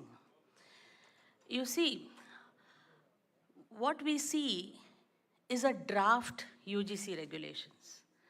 Okay, draft means basically it is not final. But where is the consultation to make it final? UGC has still now not conducted any in-person meeting. They have only asked us to send their send our objections, which becomes part of some file which may not see the light of the day. Secondly, if it is only a draft, why have you put penalties? How can you put penalties even before your draft is finalized? This is the biggest question I would like to ask the UGC, which means they are only implementing what Theodore Roosevelt said, talk softly and carry a big stick. This is exactly what they're doing. So I think we should be warned of the modus operandi of the UGC, which we have seen very clearly in respect of deemed universities and off-campus centers. A similar exercise was done in around 2018 or 19, when the state role in establishment of deemed universities and off-campus centers was totally removed by the UGC. And today, if in any state a deemed university comes, we should be knowing it only from the newspapers or the advertisements given by those deemed universities, not because it is our state and we have a law that governs these universities. So this is the modus operandi. Before we know it, without changing a comma or a full stop, this draft is going to become final. So we really have to buck up, wake up, and create all the necessary arguments before the UGC and ensure that we are heard before this is finalized. The second point I wanted to tell you is we have 28% of our students of the age that have to be enrolled in graduation or in the universities. That's what we call the GER, the gross enrollment ratio, which is only 28%. That means out of every 100, the national numbers that we are talking about is only 28 students who are in universities. So what is this brouhaha all about? Just that 28%, and you're getting into so much detail and making life difficult even for the 28%. So this is something that I think UGC has to look again at, because you're not bothered about the remaining 72%, and you're not even incentivizing the states who are looking at that 72% and trying to do their best to increase the GR, which, again, admittedly, is the objective of your national education policy. So why are we working in contradiction in the same set of circumstances? So these are the questions I would like to pose before the UGC, and UGC should think of it twice. And like our Deputy CM has already informed, we have made it very clear from the state of Telangana that we are in disagreement with some of those major points that our Deputy CM has already pointed out. And we really look forward to more consolidation of this disagreement and putting it at the appropriate forums. And Hyderabad welcomes all of you to this very exercise. Thank you very much. Thank you, Madam. Now I invite Shri P. Ubaidullah, Honorable MLA, to address the gathering.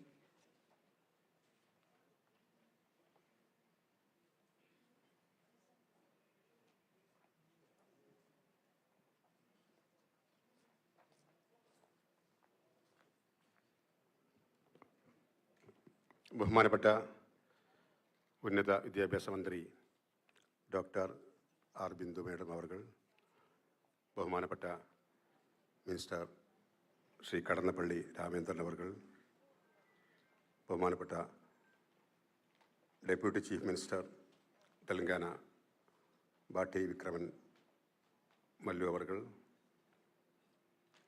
Honorable Minister for Higher Education, Government of Karnataka, Dr. M.C. Sudhakar avargal, Honorable Minister of Higher Education, Government of Tamil Nadu, Dr. Govi Cheyan, മറ്റു വേദിയിലും സദസ്സിലുമുള്ള ബഹുമാന്യ വ്യക്തിത്വങ്ങളെ, പ്രിയപ്പെട്ട സഹോദരി സഹോദരന്മാരെ,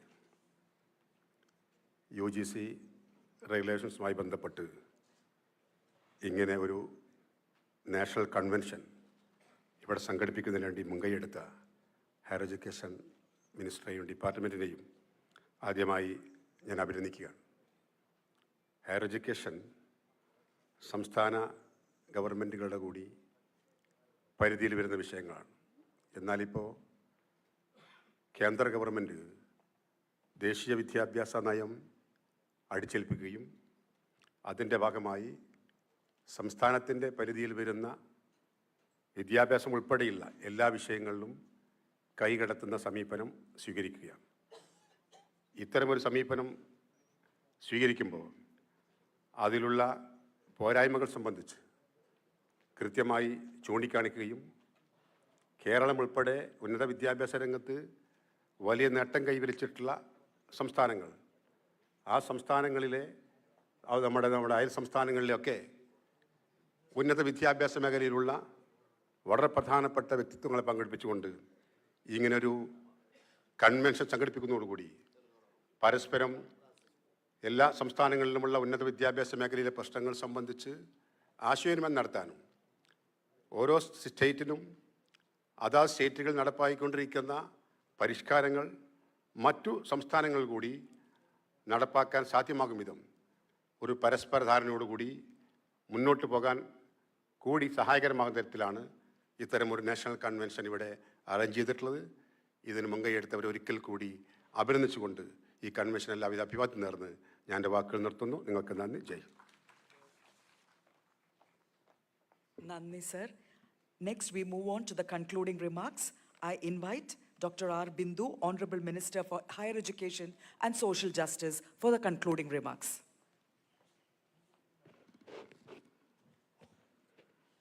It's time for us to wind up the convention. On behalf of the Government of Kerala, I once again extend our wholehearted gratitude to all the speakers, especially to the ministers and officials who came from other states. All the speakers shared the same sentiments. Before coming to the convention, we, the ministers and officials, sat together and prepared a resolution and unanimously adopted that resolution. Actually, I wanted to read out the details of that resolution now, but due to restraints related to time, I'm not going into the details. The details will be shared to you through the media today itself. And you can go through the details when we upload it at the official site of Higher Education Department.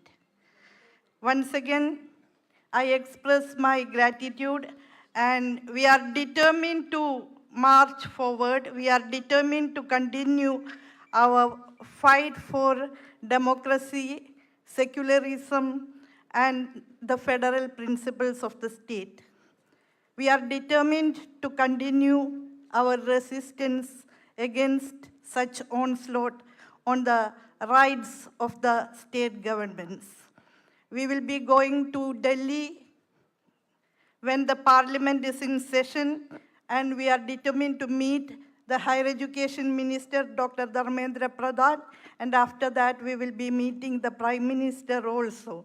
And your cooperation and support are sought. Thank you very much. As we move to the conclusion of this convention, I invite Sri Sudhir K. IAS, Director of Collegiate Education, Kerala, for the formal vote of thanks.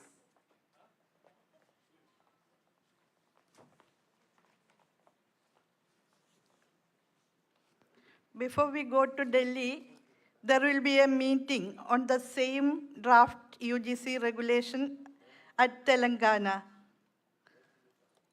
Hyderabad.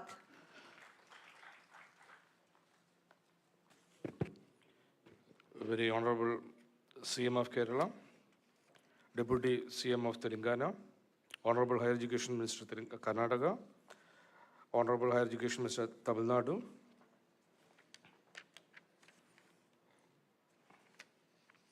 Honorable Higher Education and Social Justice Minister, Government of Kerala, Leader Opposition Assembly, Kerala, various distinguished guests on the dais, off the dais. Due to shortage of paucity of time, I will directly enter into my responsibilities. First, I would like to thank the Honorable Chief Minister of Kerala, Sri Pinarayi Vijayan, who has gracefully who has honored and this occasion with his graceful presence and delivered the inaugural speech. A very